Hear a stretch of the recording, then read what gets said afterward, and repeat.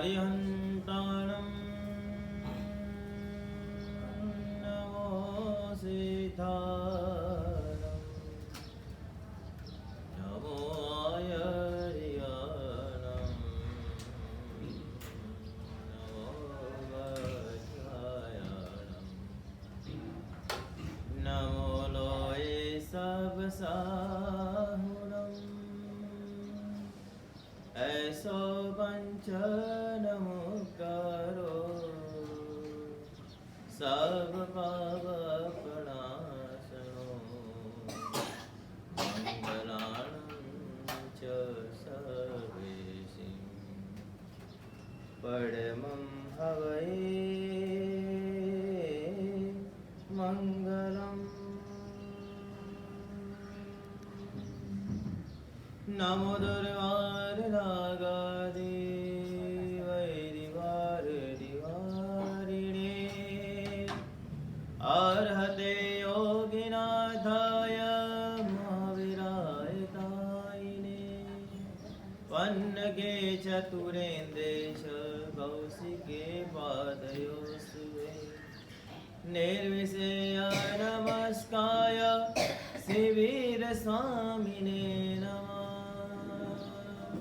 श्वेतपद्मासना देवी श्वेतपुष्पाभिशोभिता श्वेताम्बराधरा नित्यं श्वेतगन्धानुलेपो श्वेताक्षि शुक्लवस्ता च श्वेतचन्दनचर्चिता वरदेति शुक्लगन्धर्वै शशि विष्णुयसे सदा स्तोत्रेण जथा देवी गिरधात्री सरस्वती ये पठन्ति त्रिकालं च सर्वविद्यां लभन्ते अज्ञानान्तिमिरान्तानां ज्ञानानं जनसदाकया नेत्रमुन्मीलितं येन तस्मै श्री गुरुवे नमः तस्मै श्री गुरुवे नमः तस्मै श्री गुरुवे नमः। बोलो आदिश्वर भगवान की जय। बोलो चरम तीर्थपति श्री महावीर स्वामी भगवान की जय। बोलो आचार्य गुरुदेव श्री शांति चंद्र सूरी महाराज साहेब की जय। बोलो आचार्य गुरुदेव श्री कनक महेश्वरी जी महाराज साहेब की जय। बोलो आचार्य गुरुदेव श्री वंशेखर सूरी जी महाराज साहेब की जय। बोलो आचार्य गुरुदेव श्री कीर्ति प्रभु सूरी जी महाराज साहेब की जय।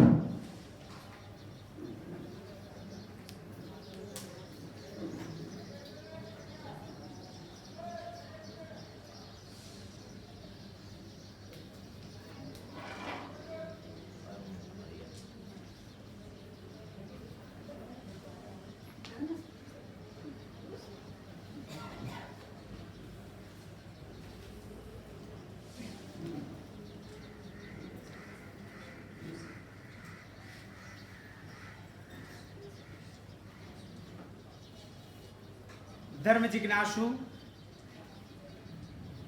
भाइयों और बहनों,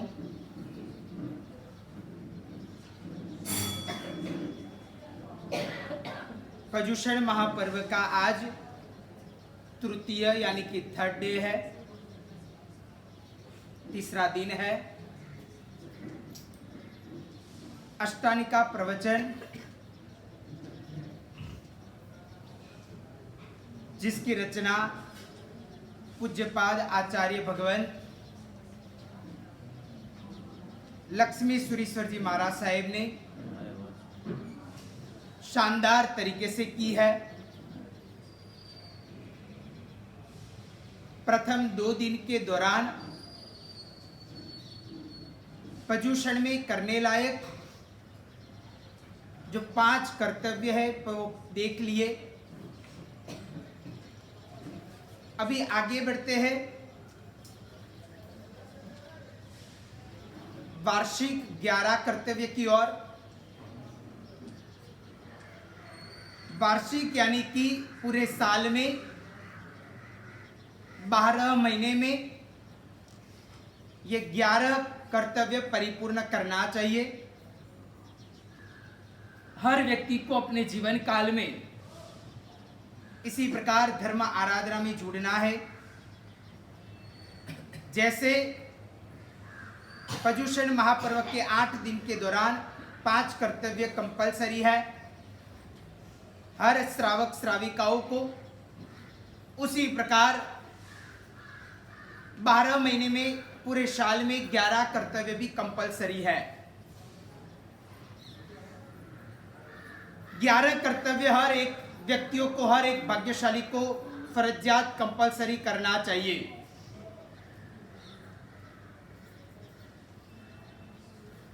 वो परिवार दीठ नहीं परंतु हो सके तो व्यक्ति दीठ भी करना चाहिए। वैसे 11 कर्तव्य में सबसे पहला नंबर का कर्तव्य की ओर हम आगे बढ़ते हैं। पहला कर्तव्य है संघ पूजा। सबसे पहले तो संघ यानी क्या?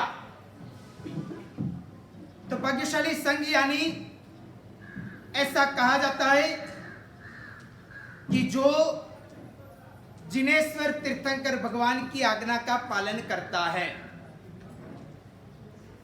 परमात्मा ने बताया है वो आज्ञा का अपने जीवन काल में मान्यता रखता है, समझता है कि बात सही है, परमात्मा ने बताया वही करने लायक है, आज्ञा का पालन करता है, आज्ञा को मानता है, जीवन में उतारने का प्रयत्न करता है, तो उसी को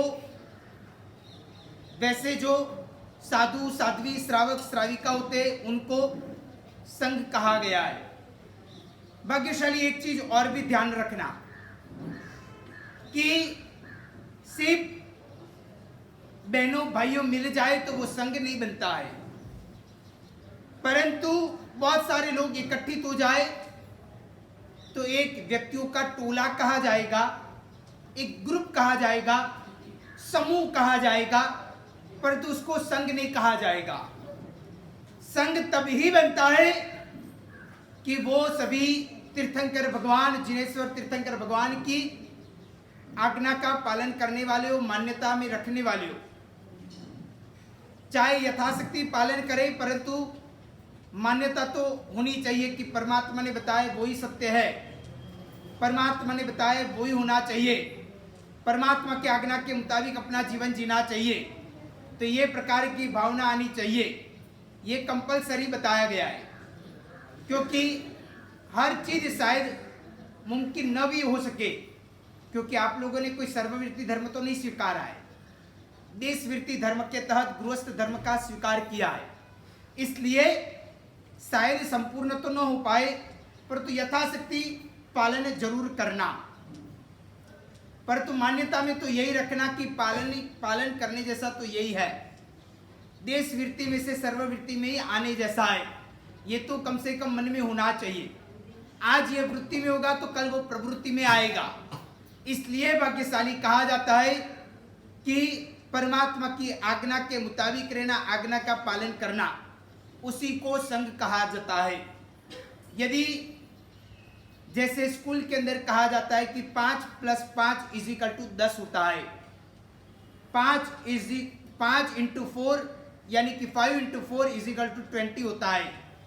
समझ लो कि कोई बालक ऐसा कहे कि 5 × 4 = 20 होता है, वो तो मेरे दिमाग में बैठता है, परंतु 4 × 5 20 हुए वो मेरे मगज में नहीं बैठता है। समझ लो तो भाग्यशाली क्या कहा जाएगा कि वो व्यक्ति मूर्ख कहा जाएगा। उसी प्रकार भाग्यशाली कुछ लोग ऐसे भी होते हैं जिनको ऐसा होता है कि परमात्मा ने जो भी कहा वो सब कुछ मुझे मान्य है, मैं समझता हूं, मैं मानता हूं, परंतु कुछ ऐसी परमात्मा की बातें जो मुझे मान्य नहीं है, मैं मानता नहीं हूं, मैं ऐसा धारता हूं कि ये मुझे मगज में नहीं बैठता है, इसलिए मैंने बोल दिया कि परमात्मा ने बोला है। वो शायद गलत भी हो सकता है क्योंकि मेरे दिमाग में बैठता नहीं है, क्योंकि आजकल के ज़माने के अंदर लोगों को हर चीज़ का प्रूफ चाहिए। बिना प्रूफ कोई आज की जनरेशन स्वीकार नहीं करता है। और परमात्मा ने जो बताया है वो तो केवल ज्ञानी ने बताया हुआ है, यानी कि जिन्होंने बहुत दीर्घ विचार करते हुए, जिन्होंने हमारे समक्ष ये बात रखी, हमारा सभी का हित करते हुए, परंतु शायद ये बात न भी बैठे क्योंकि हमारे अंदर अज्ञानता है। परमात्मा ज्ञानी है और जब तक हमारे अंदर से अज्ञानता निकलेगी नहीं तब तक ज्ञान आएगा नहीं, और परमात्मा के ऊपर श्रद्धा रखेंगे नहीं तब तक अज्ञानता निकलने वाली भी नहीं है। तो इसलिए श्रद्धा बहुत जरूरी चीज है। तो भाग्यशाली परमात्मा के प्रति अविहत श्रद्धा होनी चाहिए, परमात्मा के प्रति अत्यंत विश्वास होना चाहिए, भाव होना चाहिए, एक प्रकार के अंदर से लागनी और प्रेम होना चाहिए। तो तब जाते हुए ये कहा जाता है कि संघ के अंतर्गत कहे जाते हैं, क्योंकि परमात्मा के प्रति श्रद्धा होगी तो उनकी वाणी के ऊपर, उनकी आज्ञा के ऊपर भी श्रद्धा आएगी। यदि परमात्मा के प्रति श्रद्धा नहीं होगी तो उनकी वाणी या तो उनकी आज्ञा के ऊपर श्रद्धा नहीं आएगा। इसलिए परमात्मा के प्रति श्रद्धा भी बहुत जरूरी है। संघ पूजा उसी को कहा जाता है कि संघ यानी कि जो जिनेश्वर तीर्थंकर भगवान की आज्ञा का पालन करते हैं। जो साधु है, जो साध्वी जी भगवंत है, जो श्रावक है, वो श्राविका है, वो चारों चार मिलते हुए परमात्मा की आज्ञा का पालन करते, वो चारों चार एक एक संख्या में, तो अभी वो संघ कहा जाएगा। परंतु समझ लो कि विपुल प्रमाण में, विशाल संख्या में, परंतु परमात्मा की आज्ञा का पालन नहीं है तो वो संघ नहीं कहा जाएगा। यानी कि मात्र ढेर सारे लोग इकट्ठित हो जाए, बहुत सारे मस्तक इकट्ठित हो जाए तो वो संघ नहीं बनता है। एक चीज ध्यान में रखना, संघ तभी बनता है कि तीर्थंकर भगवान की आज्ञा का पालन करता है। तो इस प्रकार की बात संघ के अंतर्गत कही जाती है। अभी संघ की पूजा यानी कि संघ के प्रति एक वात्सल्य होना, संघ के प्रति एक लागणी होना, संघ के प्रति एक अहोभाव होना, संघ के प्रति एक पूजा करने का भावना होना। पूजा यानी क्या? तो भाग्यशाली जो भी श्रावक श्राविका अपने जीवन काल में जब भी घर के अंदर पधारे चतुर्वी संघ, तो उनकी पूजा होनी चाहिए, उनको बुलाना चाहिए, वार त्योहार के अंतर्गत याद करना चाहिए, उनको बुलाते हुए अपने जीवन काल के अंदर घर को पवित्र बनाना चाहिए। भाग्यशाली ये बहुत जरूरी बात बताई गई है। भाग्यशाली कहा जाता है कि जब कल्पसूत्र का कोई चढ़ावा हो, यदि घर पे लेके जाते हैं तो सकल संग आता है। उसके लिए घर बड़ा होना वैसा कोई जरूरी नहीं है, परंतु दिल बड़ा होना बहुत जरूरी है। यानी कि दिल बड़ा होगा तो कहीं ना कहीं लोगों का आवागमन आपके घर के अंदर हो पाएगा।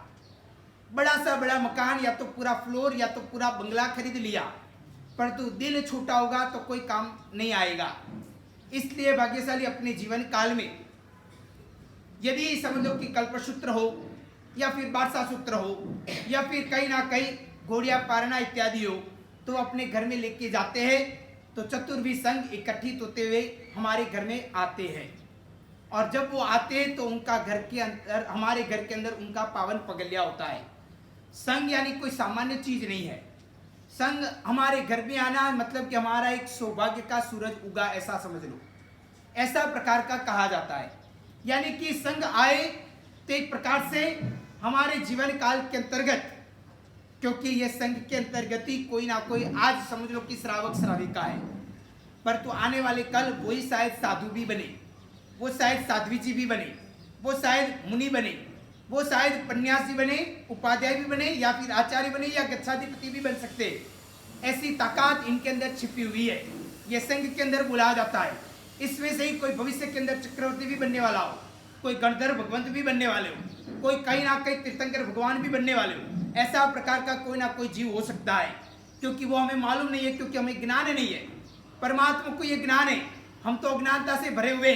इसलिए ऐसे प्रकार से लोग हमारे घर के अंदर आए तो ये हमारा एक प्रकार का सौभाग्य कहा जाता है, हमारा आंगन पावन हो जाता है। इसलिए संघ पूजा होनी चाहिए। साल के अंदर कम से कम एक बार तो ये संघ पूजा होनी चाहिए। चलो घर के अंदर अनुकूलता न हो तो कहीं ना कहीं इधर उपाश्रय के अंतर्गत जब वो आए, जब वो पधारे, तब कहीं ना कहीं हमें उनकी पूजा करना चाहिए, उनका बहुमान रखना चाहिए, उनका पाद प्रक्षालन इत्यादि करना चाहिए, चरण का प्रक्षालन करना चाहिए, उनको कहीं ना कहीं कंकु इत्यादि के द्वारा तिलक करना चाहिए, उनको सम्मान देना चाहिए, उनको माला इत्यादि अर्पण करना चाहिए, या तो फिर कहीं ना कहीं उनको सम्मान देना चाहिए। तो ये एक प्रकार का कहा जाता है कि संघ पूजा। संघ के अंतर्गत व्यक्ति की बात नहीं है। संघ यानी कि बहुत सारे लोग जब इकट्ठित होते हैं, वो तीर्थंकर भगवान की आज्ञा मानते हैं, और बहुत सारे लोग का समाविष्ट जब होता है तो उसको संघ कहा जाता है। कोई एकाध व्यक्ति के द्वारा संघ नहीं होता है। तो इसी प्रकार संघ पूजा कही जाती है।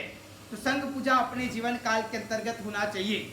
एक बार ऐसा हुआ कि कोई गांव और नगर था, वहां पे कोई आचार्य भगवंत का चतुर्मास चल रहा था। एक बार कोई सृष्टि वर्य ने कहा कि गुरु भगवंत, ये संघ पूजा की बात सुनते हुए उन्होंने कहा कि गुरुदेव, मेरी इच्छा है कि पूरा सकल संघ मेरे घर पे आए, मेरे घर पधारे और मेरे घर के अंदर थोड़ा सा छोटा मोटा प्रवचन हुए, सभी लोग आए, सभी लोगों की संघ पूजा करने का एक मुझे मौका मिले, मुझे एक प्रकार के आशीर्वाद संघ के मिले, संघ के लोगों की एक प्रकार की लागणी मेरे वहाँ पे आए, वात्सल्य भाव आए, लोगों को अंतर्गत हमारे प्रति एक अहोभाव हुए। ऐसा प्रकार का कृत्य मुझे करना है, मेरे घर के अंदर लोगों को बुलाना है, अच्छा सा बहुमान करना है, चाहे मेरी यथाशक्ति के मुताबिक करूंगा, परंतु आप सभी साधु भगवंत, साधु जी भगवंत, श्रावक और श्राविका सभी पधारिए, ऐसी मेरी बहुत अंदर की इच्छा है। तो तब गुरु भगवान ने कहा कि ठीक है, कोई दिन तय किया गया और तब सकल संघ को वहां पे बुलाया गया। सकल संघ को एकत्रित किया गया और सकल संघ को बुलाते हुए उनके घर के अंदर भव्याति भव्य कार्यक्रम किया। वो सकल संघ एकत्रित होते हुए गुरु भगवान ने प्रासंगिक प्रवचन इत्यादि दिया। प्रवचन देने के बाद बस सभी का एक प्रकार से जैसे अंदर आए थे तब प्रात प्रक्षालन इत्यादि किया था, सबको कंकु इत्यादि के द्वारा तिलक किए था। उसके बाद जब वापिस जा रहे थे तब उनको उचित बहुमान प्रभावना इत्यादि दिया था। उसके बाद सब धीरे धीरे जाने लगे, पूरा घर खाली हो गया। उसके बाद उनका जो नौकर था वो जब बराबर धूल इत्यादि जो भी इकट्ठित हुई थी उसको साफ सफाई इत्यादि कर रहा था। जितनी भी धूल मिट्टी इत्यादि निकली थी वो सभी को इकट्ठित किया। उसके बाद जब फेंकने के लिए जा रहा था तब सेठ ने ये चीज देखा। सेठ ने तुरंत ही बुलाया, उसको रोका, उसको बोला कि ऐसा मत कर।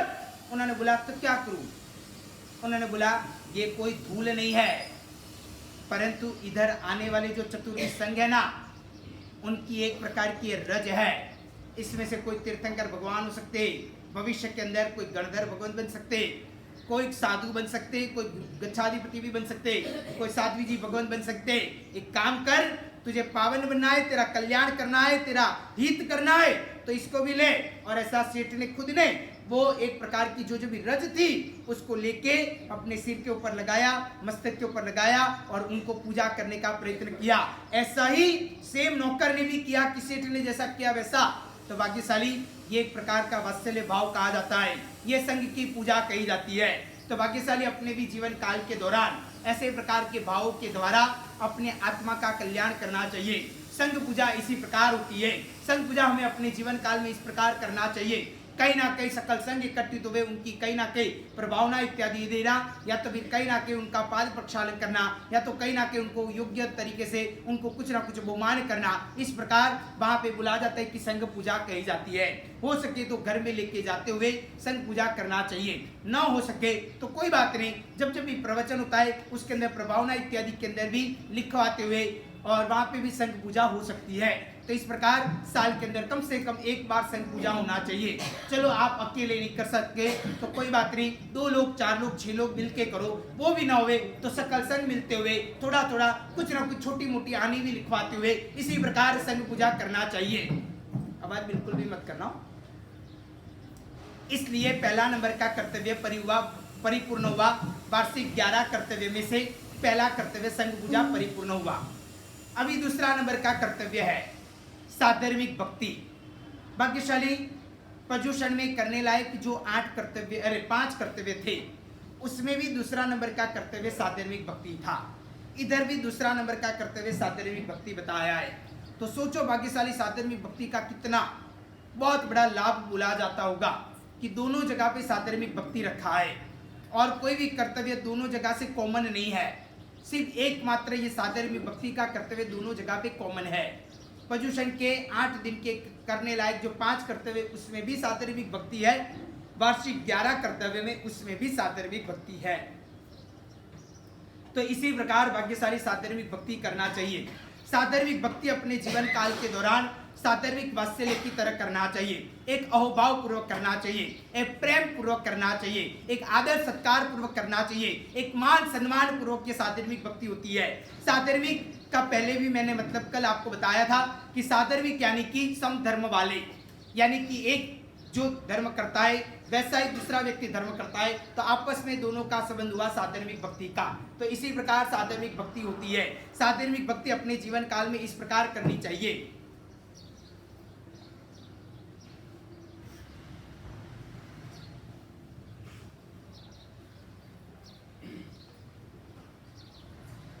साधर्मिक भक्ति के अंदर साधर्मिक भक्ति का एक प्रकार का साधर्मिक का वात्सल्य भाव आना चाहिए।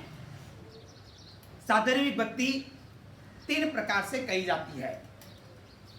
सबसे पहले नंबर में कहा जाता है कि प्रेम और लागनी पूर्वक, चाहे कोई भी व्यक्ति अधर्मी हो परंतु उनको भी यदि सही मार्ग में अच्छे प्रकार से उनको सही मार्गदर्शन देते हुए सही मार्ग के ऊपर लाना हो, तो कहा जाता है कि उनको एक प्रकार से दान के द्वारा जीता जा सकता है।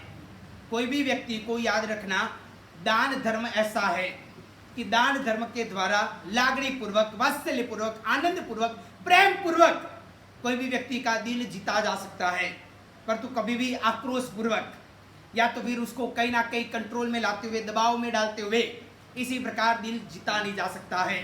तो भाग्यशाली ये साधर्मिक भक्ति के तहत कोई भी अधर्मी व्यक्ति हो जो शायद अवगुण इत्यादि उसके अंदर है, दोष इत्यादि है, व्यसन इत्यादि के अंदर चला गया है, पर उसको योग्य जैन धर्म के ऊपर लाना है, तो उसको प्रेम पूर्वक भक्ति करनी चाहिए, उनको बुलाना चाहिए, घर के अंदर लाना चाहिए, उनके अच्छे से अच्छी बढ़िया सी भक्ति करनी चाहिए और उनको बुलाते हुए उनके समक्ष बराबर गादी तकिया इत्यादि लगाना चाहिए। उसके बाद उसके सामने टेबल इत्यादि रखना चाहिए। उसके अंतर्गत बराबर हो सके तो आपके घर के अंदर हो सके तो कांसे की थाली इत्यादि, या तो फिर कहीं ना कहीं उनके पास में चांदी की थाली, कटोरियाँ इत्यादि रखते हुए उनकी जोरदार लाजवाब भक्ति करनी चाहिए। उनको बहुत बढ़िया सा व्यंजन, मिठाई, मिष्ठान इत्यादि खिलाना चाहिए, फरसान इत्यादि देना चाहिए और इसी प्रकार उनकी भक्ति करनी चाहिए। तो सामने वाले व्यक्ति को भी एक बार लगेगा कि ये भक्ति के योग्य मैं नहीं हूँ, परंतु ये सामने वाला व्यक्ति मेरी कितनी भक्ति करता है, लाजवाब भक्ति करता है, कितना जोरदार है, उल्लासमंग पूर्वक करता है, परंतु ये भक्ति के मैं योग्य नहीं हूँ। यदि ये व्यक्ति मेरी करता है तो मुझे उसके योग्य बनना चाहिए, ऐसे अंतर्गत भाव होने चाहिए। भाग्यशाली गुजरात के अंदर आया हुआ जो राजकोट था, वो राजकोट के अंतर्गत एक प्रकार का एक प्रसंग ऐसा हुआ था कि वहाँ पे कोई साधु भगवंत के वहाँ कोई व्यक्ति आया महाराज साहब को मिलने के लिए, परंतु वो व्यक्ति बहुत व्यसनी था। परंतु सामने वाले व्यक्ति को राजकोट के अंदर जो लोकल पब्लिक के अंदर रहने वाला, संघ के अंदर रहने वाले व्यक्ति को मालूम नहीं था कि ये व्यसनी है। बस वो तो आया, गुरु भगवान से मिला, गुरु भगवान ने बोला, क्योंकि वो जमाने के अंदर तो ऐसा चौका चलता नहीं था 4 महीने के दौरान। ये तो ठीक है आजकल के अंदर ये शुरुआत हुई, क्योंकि धीरे धीरे लोगों के घर छोटे होने लगे, परिवार संयुक्त नहीं हुआ, यानी कि सेपरेट अलग अलग परिवार होने लगे। फिर धीरे धीरे लोगों को होने लगा कि आज समझ लो कि महाराज साहब के पास 2 मेहमान आए, कल 4 आएंगे, परसों 6 आएंगे, उसके बाद 8 आएगा, उसके बाद 12 आएगा, कल आते हुए पूरा लग्जरी भर के आए, तो क्या घर कोई धर्मशाला खोली है कि पूरा दिन आते रहे खाते रहे। इस प्रकार कई कई लोगों को ऐसा भी लगता है। आज का जमाना ये हो गया है। इधर की बात नहीं कर रहा हूँ, इधर तो आप तो बहुत भक्ति करते हो, बहुत अच्छी तरह से शानदार भक्ति करते हो, आपकी तो बिल्कुल बात ही नहीं, ठीक है। तो जनरली ये होता है, क्योंकि क्या है कि हम तो गांव गांव घूमते हैं, गली गली मोहल्ले मोहल्ले घूमते हैं, पूरे भारतवर्ष के अंदर परिभ्रमण करते हैं, तो उसका अनुभव मैं आपको कह रहा हूँ। तो भाग्यशाली ऐसा कई बार होता है। एक बार भी ऐसा हुआ था कि एक बार श्रावक और श्राविका यानी कि पति पत्नी थे। पति महाराज साहब का परम भक्त था और वो महाराज साहब के पास जाता था। महाराज साहब को भी उसको उसके प्रति बहुत लागनी थी, उनको भी बहुत लागनी थी। वो बेचारा जब जब भी आता था महाराज साहब को कम से कम कहना तो पड़े, चाहे औपचारिक तरीके से भी महाराज साहब कुछ काम है तो बोलना, कुछ खाओ तो बोलना, बराबर है। तो इस प्रकार बोला। महाराज साहब ने बोला कि अवसर आएगा तब देखेंगे, कोई बात नहीं, धन्यवाद, वर्तमान योग जब अनुकूलता होगी तब बोलूंगा। इस प्रकार आगे होता रहा। एक बार ऐसा हुआ कि महाराज साहब के वहां पे कुछ मेहमान आने वाले थे। कुछ मेहमान 4 लोग आने वाले थे। वो भाग्यशाली सुबह में दर्शन करने आए। महाराज साहब को पूछा, महाराज साहब कोई काम, कोई जरूरियात, कोई हो, कोई मेहमान हो तो हमारे वहां पे भेजना। गलती से बोल दिया, समझ गए। महाराज साहब ने बोला कि आज दोपहर में 4 मेहमान आने वाले हैं। उन्होंने बोला ठीक है महाराज साहब, कोई बात नहीं। घर के अंदर बोल दिया 4 मेहमान महाराज साहब के आने वाले, थोड़ी रसोई इत्यादि बराबर बना के रखना। उन्होंने बोला ठीक है। अभी हुआ ऐसा कि आने वाले थे तो 4, पर तो बाकी के जो 10 लोग थे ना, 4 के अलावा, उन्होंने बोला नहीं था। वो गलती से या फिर मालूम नहीं, कहीं ना कहीं उनको लगा कि महाराज साहब के वहां पे जाएंगे, कहीं ना कहीं हमारा भोजन का तो इंतजाम हो जाएगा, इसलिए वो ऐसे ही आ गए। अभी वो भाग्यशाली 4 मेहमान को लेने के लिए आया और वहां पे महाराज साहब के पास बैठे थे 14, 10 वो और 4 ये। अभी आया था तो 4 को लेने के लिए। अभी तब महाराज साहब के पास बोला कि महाराज साहब मेहमान है तो हमारे घर भेजिए। वो 4 के मुताबिक बोल रहा था। महाराज साहब ने बोला कि हाँ, तो सभी मेहमान इत्यादि देखने लगे कि भाग्यशाली हमको लेने के लिए आए। सबको यूं लगा, क्योंकि 4 का तो उल्लेख नहीं हुआ। महाराज साहब ने बोला कि ठीक है, देखो भाग्यशाली 4 बोला था, पर थोड़े आए तो बेचारा भाग्यशाली भी बोलने लगा कि अभी क्या करे, शर्म का मारे भी बेचारा बोलने लगा। कोई बात नहीं बाबूजी, कोई बात नहीं, मेरे वहाँ पे भेज दो। अभी वो मन में सोच रहा था कि घर पे जाऊंगा क्या होगा मालूम नहीं। 4 का बोला है, हो गए 14, क्या होगा।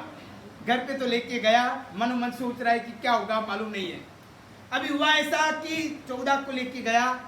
वो पत्नी ने देखा 1 आए, 2 आए, 3 आए, 4 बैठे, 5वें, 6ठे, 10, 12, 14, ये क्या है। फिर वो तो रसोड़े के अंदर गए, किचन के अंदर, श्रावक को बुलाया। कितने को बुला था, 4 का सुबह में बुला दिया तो 14 आ गए। ये क्या हुआ है। उन्होंने बोला क्या करूं। महाराज साहब के पास गया था। महाराज साहब ने बोला 4 आने वाले, सुबह में ऐसा बोला था। अभी गलती से 10 दूसरे आ गए और मैं तो गया। महाराज साहब ने बोला मैं मना भी कैसे करूं। बोला कि ठीक है। तो बाद में अभी वो पत्नी ने सोचा कि क्या करे। फिर पड़ोस वाली को पूछा कि 4 बुला था और 14 आ गए, तो अभी क्या किया जाए। उन्होंने बोला कि दाल रोटी सब बना दिया है, ठीक है, कि बाकी की कोई चीज़ तो बन सकती है, पर तो अभी दाल को बारी बारी से कैसे बनाऊं। तो उन्होंने बोला एक काम कर, पानी डाल दे फटाफट और गर्मा गर्म कर दे। और ऐसे करते हुए 4 के 14 लोगों को पानी वाला सब कुछ खिला दिया। तो भाग्यशाली कई बार ऐसा होता है, पर तो आपके वहाँ तो बिल्कुल ऐसा नहीं। आप तो बहुत भाग्यशाली हो, आप तो खूब भक्ति करते हो, बराबर। तो भाग्यशाली राजकोट के अंदर मैं ये बात कर रहा था कि वहाँ पे साधु भगवंत के वहाँ पे कोई भाग्यशाली आए। वो थे तो व्यसनी, परंतु कोई व्यक्ति आया और महाराज साहब को बोला कि महाराज साहब ये एक मेहमान आए तो लाओ मैं मेरे घर पे लेके जाऊं। और उन्होंने वहाँ पे लाके जाने के बाद शानदार तरीके से उनकी भक्ति की। एकदम गादी तकिए के ऊपर बिठाया, सामने बराबर पाटला रखा, उसके ऊपर थाली, उसमें भी चांदी की थाली, 3-4 कटोरियाँ, एक स्पून और गिलास, सब चांदी का। वो भाग्यशाली तो दिखते रह गया। वो सोच रहा है कि क्या बात है, आज दिन तक कभी भी चांदी की थाली में तो खाया नहीं है। इधर चांदी की थाली में, और उसमें भी एक प्रकार की चीज, मिठाई 3 प्रकार की, सब्जी 3 प्रकार की, रोटियां 3 प्रकार की, एक तो नान, एक तो पूरी, एक तो परोठा इत्यादि 3 प्रकार से। उसके बाद कई सारे फरसान इत्यादि चीज, उसके बाद फ्रूट और काफ़ी सारी प्रकार की चीज़ उसने भोजन स्वरूप में चालू किया। पर तो उसके मन में विचार आया कि इसके लायक तो मैं हूँ नहीं। ये भाग्यशाली मेरे को बहुत धार्मिक मानता हुआ ये मेरी भक्ति कर रहा है, पर तो है नहीं, मेरे अंदर ऐसे तो गुण है नहीं। वो मनोमन सोचने लगा कि क्या करूँ। वो सोच रहा है, वो भाग्यशाली को बोला कि मैं इतना जोरदार नहीं हूँ, ये सब ले लो, मेरी युक्ति ये सब चीज़ नहीं है, मैं तो बहुत पापी व्यक्ति हूँ, मैं तो हर व्यसन के अंदर चक्कर हूँ। तो वो व्यक्ति ने कहा, जो भक्ति करने वाला था, उसने कि नहीं, आप महाराज साहब के वहाँ पे पधारे और आप मेरे साधर्मिक हो, इसलिए मैं तो आपकी जोरदार भक्ति करूँगा। और ऐसी लाजवाब भक्ति की कि सामने वाला व्यक्ति देखते रह गया और उसने भोजन करते करते हुए आंख में अश्रु की धारा कि मेरे अंदर इतनी सारी ताकत नहीं है, मेरी इतनी औकात नहीं है, और ये व्यक्ति मेरी इतनी जोरदार भक्ति करता है। और ऐसा आंख में से अश्रु की धारा के साथ बाद में वो भाग्यशाली को कहा कि मेरे अंदर तो इतनी औकात नहीं है, परंतु आपने इतनी भक्ति की है और आपने इतना मुझे नवाजा है, तो मैं आज से तय करता हूँ कि मेरे अंदर जितने भी व्यसन है ना, वो सभी के सभी व्यसन में आज के आज सब कुछ छोड़ दूंगा और आज से कोई भी व्यसन मेरे जीवन काल में मैं नहीं रखूंगा। तो भाग्यशाली ये भक्ति के द्वारा व्यक्ति को जीता जा सकता है। इसलिए एक प्रकार से प्रेम पूर्वक बहुत शानदार तरीके से उनकी भक्ति करते हुए, भोजन करवाते हुए इस प्रकार उनको जीतने का प्रयत्न किया।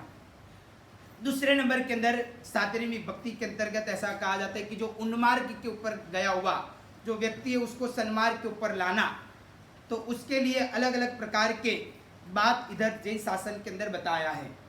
बताया गया है कि सारणा, वारणा, चोयना और पड़ी चोयना, ऐसी 4 प्रकार की चीज कही जाती है। सबसे पहले नंबर के अंदर सारणा। सारणा यानी क्या? जैसे बाहरी दुनिया के अंदर कहा जाता है साम दाम दंड भेद, उसी प्रकार शास्त्र के अंदर कहा जाता है सारणा, वारणा, चोयना और पड़ी चोयना। यानी कि सारणा यानी क्या?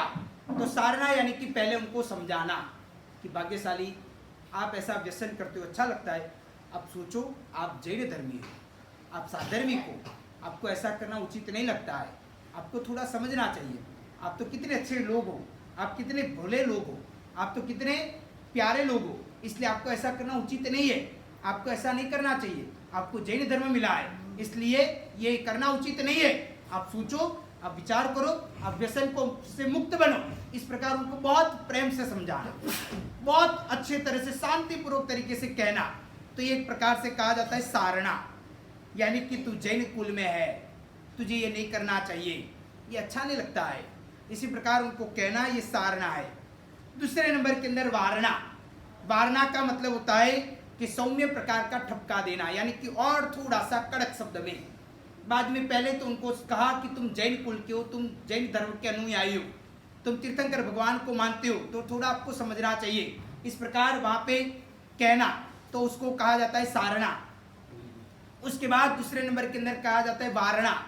वारणा यानी कि कहा जाता है कि बराबर उनको कहना कि तुम्हारे पिताजी कौन थे, याद करो आपके पिताजी फलाना फलाना चंद जी, आपके पिताजी का नाम कितना जोरदार है, आप फलाना फलाना गांव के हो, आपके पिताजी का नाम वहाँ पे कैसा बुला जाता था, वो कैसा कहा जाता था, और आप इस प्रकार करते हो, अच्छा लगता है? बिल्कुल अच्छा नहीं है। पहले उनको जैन कुल के वो याद करवाना, उसके बाद उनके माता पिता को याद करवाना, आपके दादा दादी का नाम याद करो कितना जोरदार है। मरुधर के अंदर, मारवाड़ के अंदर, आपकी पट्टी के अंदर उनका नाम आज भी बोला जाता है, आज भी कोई फंक्शन होता है तो उनको याद किया जाता है। वो जोरदार, वो जमाने के अंदर भामाशाह थे, वो दानवीर महापुरुष थे, उन्होंने छड़ी पाली संघ निकाला, नब्बाणु यात्रा करवाई, उसके बाद चतुर्मास इत्यादि करवाया गुरु भगवंत के, वो आगेवान थे, संघ के बहुत बड़े अध्यक्ष थे, या तो अध्यक्ष पद के ऊपर रह चुके हैं, या तो कई सारे उन्होंने काम किया है जिस शासन के बारे में, और आप ऐसा जैसे नहीं हो, आप ऐसा कार्य करते हो, ये अच्छा थोड़ी लगता है, इसलिए थोड़ा समझो, थोड़ा सुधरो, ऐसा उचित नहीं है। इस प्रकार थोड़ा सा सौम्य ठपका देना, ये बोला जाता है वारणा। चोयना यानी क्या? तो कहा जाता है कि चोयना यानी कि सख्त शब्द में, सख्त यानी कि थोड़े हार्ड शब्द में उनको कहना कि तेरे को मालूम नहीं पड़ता है, इतनी इतनी बार समझाता हूँ, इतनी इतनी बार कहता हूँ, तुझे पहले कहा कि तेरे कुल को याद कर, जैन कुल में तू जन्म लिया है, तू जैन कुल के अंदर कलंक समान अभी तो बन गया है, ऐसा कृत्य करता है, तेरे माँ बाप के ऊपर तू कलंक समान बन रहा है, ऐसा तुझे नहीं करना चाहिए, समझ में नहीं आता है, इतनी इतनी बार नहीं पड़ती है, इतनी इतनी बार कहता हूँ, क्या तू बेवकूफ है, समझ में नहीं आता है। इस प्रकार उनको थोड़े कड़क शब्द के अंदर कहना, उनको सख्त शब्द के अंदर कहना, उनको थोड़ा लग जाए उसी प्रकार कहना, तो ये एक प्रकार से कहा जाता है चोयना। उसके बाद पड़ी चोयना। पड़ी चोयना यानी कि उनको सजा देना, उनको कहीं ना कहीं शिक्षा देना, उनको कहीं ना कहीं पनिशमेंट करना, तो ये एक प्रकार से कहा जाता है, ये भी एक प्रकार की साधर्मिक भक्ति है, याद रखना भाग्यशाली। क्योंकि आशय क्या है? उनको सही मार्ग के ऊपर लाने का। जैसे माँ बाप होते हैं, बालक बहुत तूफान करते हैं, तब वो थोड़ा बहुत बड़े आवाज के द्वारा बोलते हैं, शायद थोड़ा हाथ भी दिखाने का प्रयत्न करते हैं, थोड़ी लाल आंख भी करते हैं, परंतु अंदर तो वात्सल्य का भाव होता है। वो बाहर से सिर्फ होता है, परंतु अंदर से कोई मारने की इच्छा ही नहीं होती है, परंतु ये कंट्रोल में लाने के लिए करना पड़ता है। बस सेम वात्सल्य वैसा ही साधर्मिक के प्रति अंदर से यही लागणी के द्वारा कि वो सही मार्ग के ऊपर आ जाए, बस इसके लिए ये सब कुछ करना पड़ता है। तो भाग्यशाली ये भी एक प्रकार का साधर्मिक भक्ति कहा जाता है। उसके बाद कहा जाता है कि अपने जीवन काल के दौरान साधर्मिक भक्ति अपने जीवन काल के दौरान आबू सेठ ने किया था। जैसे उन्होंने 36 प्रकार के छोड़ का उजमना किया था और उसके साथ साधर्मिक व्यक्तियों को उत्थान किया था। भाग्यशाली साधर्मिक भक्ति ऐसा नहीं है कि सिर्फ मात्र दान देने के द्वारा ही होता है, परंतु कोई ना कोई साधर्मिक हो, उनको कहीं ना कहीं आगे लाने का प्रयत्न करना चाहिए। उनको कहना चाहिए कि आप आपके पैर के ऊपर खड़े हो जाओ, मैं कब तक आपको सहाय करूंगा, आज करता हूँ, कल करता हूँ, परसों करूंगा, उसके बाद क्या। इसलिए वो माइक आंगले नहीं हो जाए, इसलिए उनको कहना चाहिए कि अभी भी आपके अंदर शक्ति है, आपके अंदर ताकत है, आप कुछ बिजनेस करो, आप कुछ व्यापार करो। उनको हेल्पफुल बनना चाहिए। उनको कहना चाहिए कि मूडी का यानी कि थोड़ी बहुत पूंजी मैं रोकाण करता हूँ, आपके पास थोड़ी बहुत है तो थोड़ा आप भी करो, आपके पास नहीं है तो कोई बात नहीं, पूरा की पूरा मैं इन्वेस्टमेंट करता हूँ, दुकान आप चलाओ, पूरा फाइनेंस का मैं ध्यान रखूंगा, मैं सब कुछ ध्यान रखूंगा और उसमें से आपको कुछ ना कुछ परसेंटेज इत्यादि दूंगा, दुकान आपको चलाना होगा। इस प्रकार भी उनको हेल्प करना, या तो फिर आपकी दुकान के अंदर भी जरूरियात हो तो उनको लाना। हो सके तो मैं तो बोलता हूँ कि हमारी दुकान में, हमारी फैक्ट्री में, हमारी ऑफिस में जैन लोगों को पहले रखना चाहिए, उनको आगे लाने का प्रयत्न करना चाहिए। उनको कहना चाहिए कि तुम आगे आओ और इसलिए अन्य लोगों को रखो, इसकी जगह पे जैनों को रखना चाहिए। उसके द्वारा भी एक साधर्मिक भक्ति कही जाती है, क्योंकि जो पैसा जाएगा तो जैन के घर जाएगा, जैन आगे आएगा, चाहे उसको 2 पैसा ज्यादा दोगे तो भी जैन घर में जाएगा, जैन परिवार में आएगा, जैन ज्यादा मजबूत होगा, जैन धीरे धीरे समृद्ध बनेगा। अन्य लोगों को लगाएंगे तो हमारा पैसा अन्य धर्म के अंदर अन्य लोगों के वहां पे जाएगा। इसलिए हो सके तो हमारे घर के अंदर, हमारे परिवार के अंदर, अरे हमारी दुकान के अंदर, हमारे व्यापार के अंदर भी जैनों को रखना चाहिए। कहीं ना कहीं उनके साथ पार्टनरशिप भी जैनों को करना चाहिए और इसी प्रकार आगे बढ़ाना चाहिए। तो भाग्यशाली ये भी एक प्रकार की साधर्मिक भक्ति है। वस्तुपाल और तेजपाल ने भी उसी प्रकार अपने जीवन काल में 11 छोड़ का उजमना किया था। उन्होंने भी वो जमाने के अंदर 11 साधर्मिकों को लखपति बनाया था। तो भाग्यशाली साधर्मिक भक्ति लाजवाब करनी चाहिए। साधर्मिक भक्ति के लिए हमारे हाथ उदारता पूर्वक आगे बढ़ना चाहिए।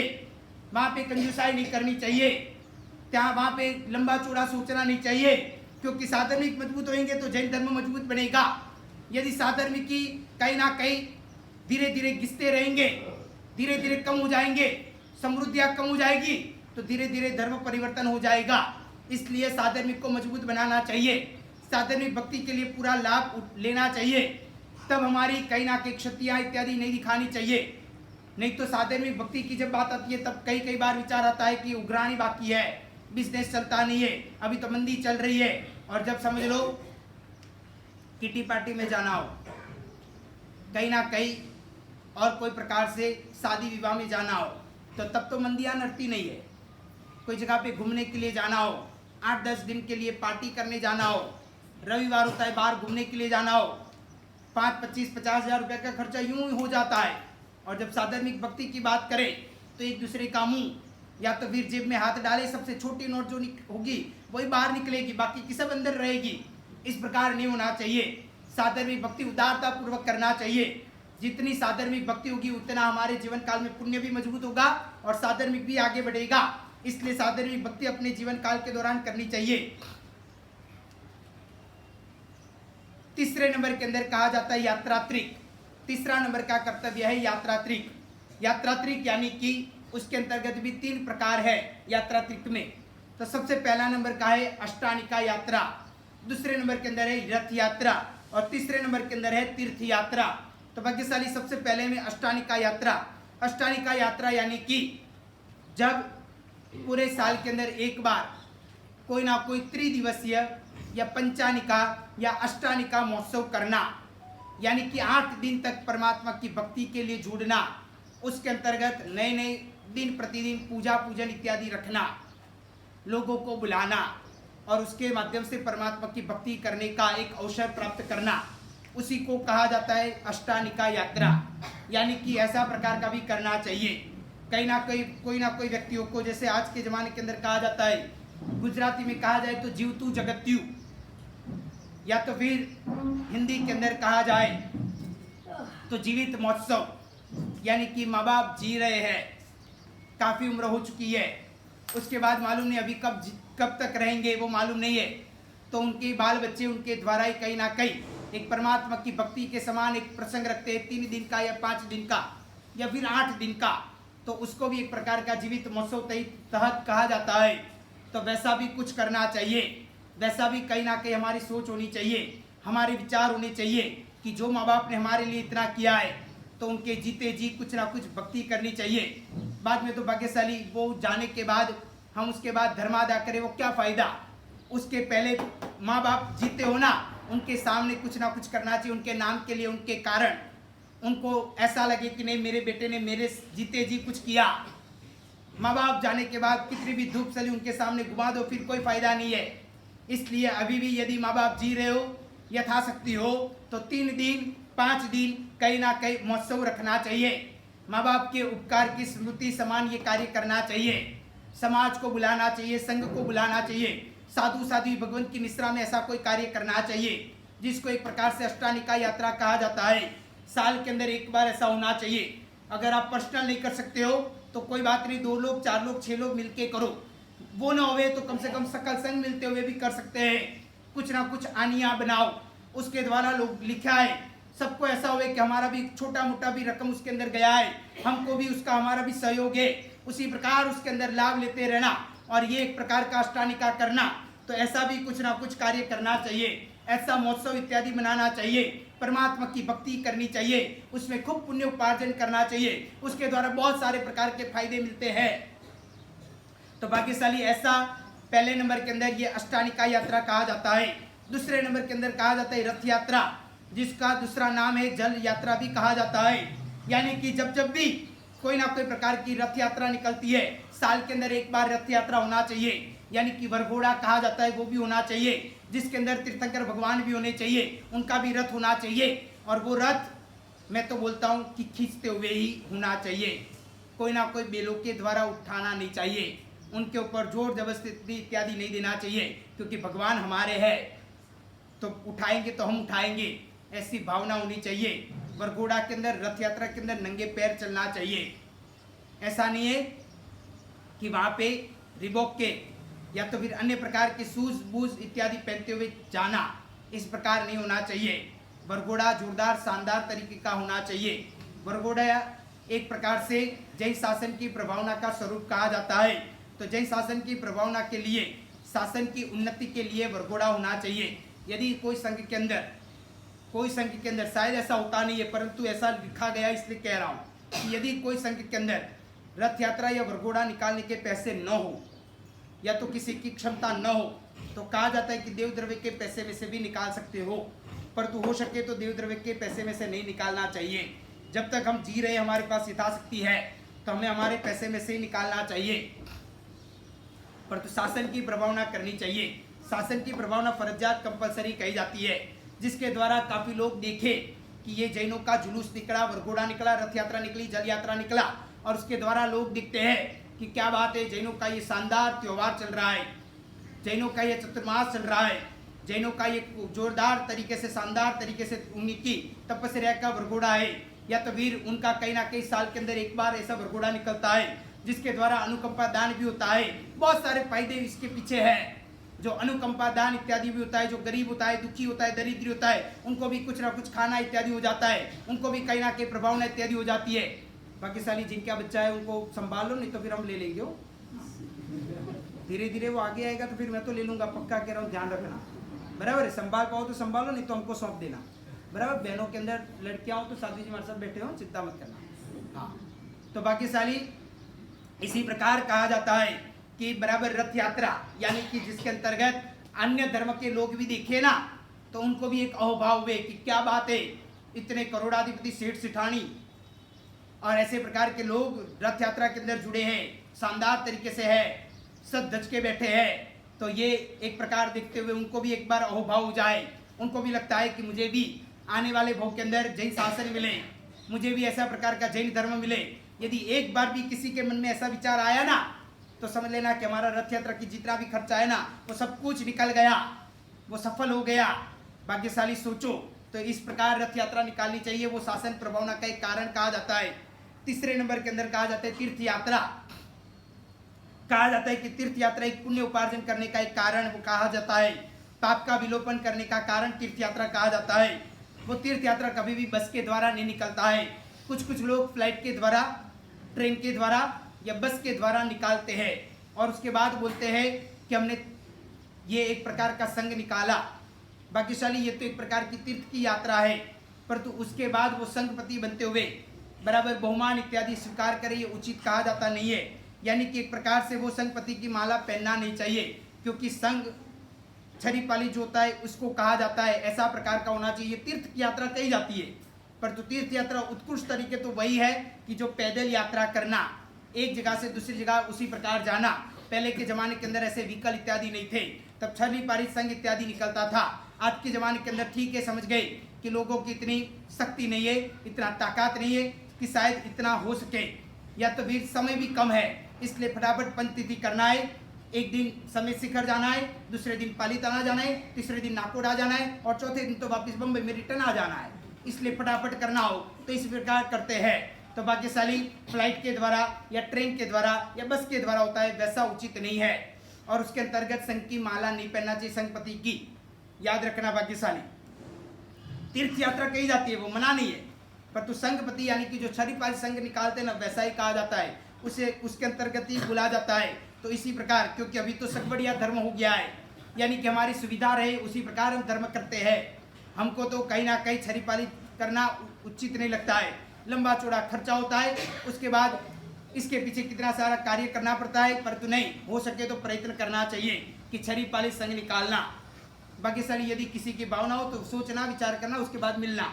यदि इच्छा हो 2 लोग 4 लोग 6 लोग मिलते हुए भी छरी पाली संघ निकाल सकते हो। शानदार तरीके से छरी पाली संघ निकालना चाहिए, उसके अंतर्गत लोग मिले, लोग साथ में चले और लोगों के अंतर्गत भी सात्विक भक्ति भी हो जाएगी, संघ पूजा भी हो जाएगा, काफी सारा कृत्य इसके द्वारा हो जाता है। इसलिए ऐसा प्रकार का ये तीर्थ यात्रा भी निकालनी चाहिए।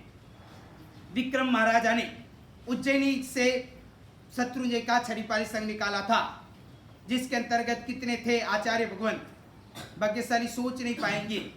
कहा जाता है 5000 आचार्य भगवंत थे।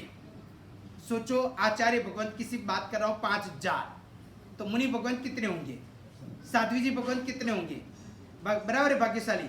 तो हजारों संख्या के अंदर वो साधु साध्वी भगवंत थे और उन्होंने जो संघ निकाला था वो कितने परिवार का, तो बोला जाता है 70 लाख जैन कुटुंबों का वो संघ था, छरी पाली संघ।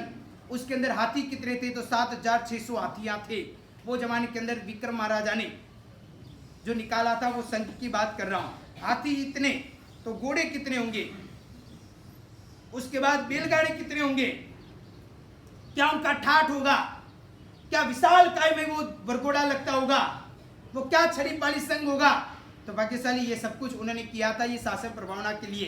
तो हमें भी अपने जीवन काल के दौरान ऐसी कई ना कई यात्रा निकालनी चाहिए। वो छरी पाली संघ के तहत भी कहा जाता है, उसके द्वारा भी निकालना चाहिए। तो भाग्यशाली इसी प्रकार विचार करना चाहिए। कुमारपाल महाराजा ने जो संघ निकाला था वो संघ के अंदर 1874 सुवर्ण मंदिर के द्वारा वो बनाते हुए उन्होंने संघ निकाला था, छरी पाली संघ। उसके अलावा तीर्थर सामंतरी ने जो संघ निकाला था उसके अंतर्गत 7 लाख व्यक्तियों का उन्होंने संघ निकाला था, वैसा भी संघ उन्होंने निकाला था। वस्तुपाल तेजपाल जी जो हो गए, उन्होंने 12.5 बार शत्रुंजय का संघ निकाला था। तो भाग्यशाली उसी प्रकार हमें भी अपने जीवन काल के दौरान कम से कम एक बार संघ निकालने का प्रयत्न करना चाहिए। चलो हम अकेले न निकाल पाए तो जो संघपति बहुत सारे बनते हैं उसके अंदर कोई ना कोई नकरे के अंदर उसके अंदर भी भाग लेना चाहिए। कोई 5 लाख में या 11 लाख में या 21 लाख में, जितने भी आपकी अनुकूलता हो उसके अंतर्गत हमें कहीं ना कहीं लाभ लेना चाहिए। परंतु संघ निकालने की एक भावना रखनी चाहिए कि जिंदगी के अंदर एक संघ निकालना है, चाहे अकेले नहीं निकाल पाए तो कोई बात नहीं, साथ में भी निकालना है। ऐसे प्रकार के मनोरथ रखने चाहिए, ऐसी प्रकार की विचारधारा रखनी चाहिए, ऐसा प्रकार का सोच होना चाहिए कि चलो कम से कम एक बार तो जिंदगी के अंदर संग निकालेंगे, तो ऐसे प्रकार से संग निकालना चाहिए। उसके बाद चौथे नंबर के अंदर आता है स्नातक महोत्सव। चौथा नंबर का कर्तव्य स्नातक महोत्सव। स्नातक महोत्सव के तहत कहा जाता है ये परमात्मा की भक्ति का एक कारण है। ठाठ माठ पूर्वक स्नातक महोत्सव होना चाहिए। मंदिर जी के अंदर कुछ देरासर संघ के अंदर हर रोज स्नातक महोत्सव इत्यादि चलता है। 12 महीना स्नातक महोत्सव चलता है, बहुत अच्छी बात है। पर दुर्भाग्यशाली साल के अंदर कम से कम एक बार ऐसा होना चाहिए कि जितने भी श्रावक को वसी सभी के सभी जोरदार वेशभूषा के अंदर यानी कि पूजा के वस्त्र के अंदर आए, बराबर ऊपर मुगट लगाए। बहनें जितनी भी सभी के सभी पूजा के वस्त्र में आए, वो भी मुगट इत्यादि लगवाए। जितने भी श्रावक के वो इंद्र महाराजा लगे, जितनी भी श्राविकाएं वो इंद्राणियां लगे, और उसी प्रकार लोग वहां पे स्नात्र पूजा करें, ठाठ माठ पूर्वक करें, शानदार तरीके से करें, परमात्मा की खूब जोरदार तरीके से भक्ति करें, और जिसके अंतर्गत नृत्य पूजा भी श्रावक वर्ग इत्यादि करें। और इसी प्रकार ये स्नातक महोत्सव का विधान कहा जाता है। स्नातक हमें अपने जीवन काल के दौरान साल के अंदर कम से कम एक बार तो होना ही चाहिए, जो ठाठ माठ पूर्वक होना चाहिए, बाजिंत्र के साथ होना चाहिए, वादकों के साथ होना चाहिए, संगीतकार के साथ होना चाहिए, जिसके द्वारा एक प्रकार से भक्ति के अंदर झूमने का एक मन होता है, भक्ति के अंदर हमारा मन लगता है, उसी प्रकार होना चाहिए। स्नातक महोत्सव की भी एक एक बात समझनी चाहिए। स्नातक महोत्सव भी जोरदार तरीके से कहा जाता है। स्नातक महोत्सव यानी कि परमात्मा का जन्म कल्याणक जन्म महोत्सव, इस प्रकार करना चाहिए। साक्षात हमें खुद को फील होना चाहिए कि मैं खुद इंद्र महाराजा हूँ, ऐसा प्रकार का अंतरंग परिणाम के द्वारा फील हुए। इसी प्रकार स्नातक महोत्सव करना चाहिए। परमात्मा के ऊपर जल का अभिषेक इत्यादि करना चाहिए। अष्ट प्रकार की पूजा भी शानदार तरीके से हो सकती है, उसके द्वारा भी स्नातक महोत्सव करना चाहिए। ठाठ माठ पूर्वक ये स्नातक महोत्सव भी करने का प्रयत्न करना चाहिए। जैन शासन के इतिहास में एक ऐसा प्रकार का इतिहास रच गया ये स्नातक महोत्सव के कारण। भाग्यशाली एक बार का प्रसंग है कि जब बराबर रेवतगिरी के ऊपर, गिरनार के ऊपर, जब दिगंबर और श्वेतांबर का कुछ झगड़ा हुआ था कि ये गिरनार यानी कि रेवतगिरी श्वेतांबर का है कि दिगंबर का है, ऐसा प्रकार का बहुत बड़ा बवाल हुआ। लोग सोचने लगे कि क्या किया जाए, ये इनका है कि इनका है। तब सभी ने मिलते हुए, दिगंबर के कुछ साधु और बराबर श्वेतांबर के कुछ साधु, सभी ने मिलते हुए तय किया कि एक काम करते, ये गिरनार यानी कि रेवतगिरी पर्वत किसका है, तो उसके लिए काम करते हैं, हम एक प्रकार से बोलियां चालू करते हैं, और वो स्नातक के बाद इंद्रमाल पहनने का एक बोली शुरू करते हैं। और वो बोली यदि श्वेतांबर पक्ष वाले ने लिया तो ये श्वेतांबर का तीर्थ बन जाएगा, इधर यदि दिगंबर वाले ने ये बोली के अंदर लाभ लिया तो वो दिगंबर का कहा जाएगा। 3 बार बोलते हुए उसका लाभ दे दिया जाएगा, चढ़ावा इसी प्रकार दिया जाएगा। और वहां पे स्नातक महोत्सव जोरदार ठाठ माठ पूर्वक किया। उसके बाद जब इंद्रमाला पहनने का वक्त आया तब बोलियां शुरू हुई। सकल संघ को एकत्रित किया गया था, पूरे भारतवर्ष के अंदर सबको बुला गया था, एक दिन तय किया गया था, एक दिनांक तैयार किया गया था, और सभी लोग वहां पे एकत्रित हुए, सब गिरनार की ओर आए थे। और तब वहां पे सभी बड़े बड़े महानुभाव, बड़े बड़े लोग, करोड़ाधिक कोट्याधिपति लोग वहां पे आए थे, सभी बोलियां बोलने के लिए तैयार हो चुके थे। और वहां पे कहीं ना कहीं बोलियां शुरू हुई। वो जमाने के अंदर रुपीस की करेंसी नहीं थी, वो जमाने के अंदर सुवर्ण यानी कि सोनामोर इत्यादि की करेंसी थी, इसलिए वो जमाने के अंदर सोनामोर यानी कि सोने के अंदर उसका बोलियां शुरू होती थी। तो भाग्यशाली वो जमाने के अंदर दिगंबर और श्वेतांबर ने आमने सामने बोलियां शुरू की। जब बोलते हुए उन्होंने कहीं ना कहीं उछावड़ी के अंतर्गत बोला, तो वहां पे एक पेथरसा मंत्री भी बैठे थे। पेथरसा मंत्री ने वो बराबर ध्यान पूर्वक तरीके से वो भी पूरी की पूरी तैयारी के साथ आए थे। इस बात को चढ़ावा हमको लेना है, और जो परिवार लेगा, जो लाभार्थी लेगा, वो यदि श्वेतांबर है तो ये पूरा की पूरा तीर्थ श्वेतांबर का कहा जाएगा। यदि जो लाभार्थी ने लाभ लिया और वो व्यक्ति यदि दिगंबर है तो ये पूरा की पूरा तीर्थ दिगंबर का कहा जाएगा। इस प्रकार बहुत बड़ा खराखरी का जंग था। पेथरसा मंत्री वहां पे आए थे और पेथरसा मंत्री ने भी वहां पे चढ़ावा इत्यादि शुरू किया। बोलने की शुरुआत हुई, लाजवाब तरीके से बोला, एक के बाद एक बोलने लगे। पहले बोला एक धड़ी सुवर्ण, पहले तो शेर में शुरू किया कि 1 शेर, 2 शेर, 5 शेर, 1 शेर यानी कि 933 ग्राम सुवर्ण होता है, यानी कि 1 किलो में से थोड़ा कम, इतना 1 शेर का भाव कहा जाता है, इतना ग्राम कहा जाता है। और उसी प्रकार सुवर्ण के द्वारा ये बोलियां शुरू हुई। उसके बाद धीरे धीरे आगे बढ़ते हुए 10 शेर, 15 शेर, 25 शेर, 50 शेर, इस प्रकार सुवर्ण बोलने लगे। उसके बाद 1 धड़ी, 2 धड़ी, 5 धड़ी, 10 धड़ी, 50 धड़ी, इस प्रकार बोलने लगे। बोलते बोलते बोलते बोलते हुए बराबर 56 धड़ी सुवर्ण पेथरसा मंत्री ने बोला। 56 धड़ी सुवर्ण जब बोला ना, तो सामने वाले व्यक्ति कोई बोल नहीं पाए। एक बार, दो बार, और किसी को बोलना है तो बोल देना, मन में नहीं रह जाए। आपकी इच्छा हो तो बोल दो, अभी भी कह रहा हूं। 56 धड़ी सुवर्ण तक पहुंचाए और इस प्रकार वहां पे जायरात हुई। तो लोग एक दूसरे का मुंह देखने लगे, सोचने लगे 56 धड़ी सुवर्ण मतलब कितना होता है। भाग्यशाली करीब करीब कहा जाता है कि एक धड़ी यानी कि 10 शेर सुवर्ण होता है, और एक शेर के अंदर 933 ग्राम मतलब कि 1 किलो से थोड़ा कम ऐसा प्रकार का होता है। तो भाग्यशाली 56 धड़ी यानी कि बहुत सारा किलो के अंतर्गत ये करीब करीब समझ लो कि 50 किलो सुवर्ण करीब करीब तो आराम से हो जाता है। और इतना सुवर्ण के अंदर वहां पे बोलियां बोली इत्यादि हुआ, और फिर वो लोग एक दूसरे के सामने देखने लगे, और देखते देखते देखते हुए चढ़ावा 3 बार करते हुए दे दिया गया। पेथरसा मंत्री ने वो चढ़ावा लिया। पेथरसा मंत्री ने बोला कि कोई बात नहीं, आप चिंता मत करो, मैं सबसे पहले पैसा भरूंगा, उसके बाद मैं इसी प्रकार मैं अन्न और जल उसके बाद लूंगा। इस प्रकार उन्होंने कहा। तात्कालिक पेथरसा मंत्री ने सांडणी के द्वारा उनके सेवकों को भेजा कि आप जाओ, तुरंत ही मारवाड़ मांडवगढ़ के अंदर और मांडवगढ़ के अंदर भेजा। सांडनी के द्वारा फटाफट भेजा, और उन्होंने घर के अंदर सुवर्ण तैयार रखा था। 60 धड़ी सुवर्ण वहां से लेके आओ। 60 धड़ी सुवर्ण लेके आए।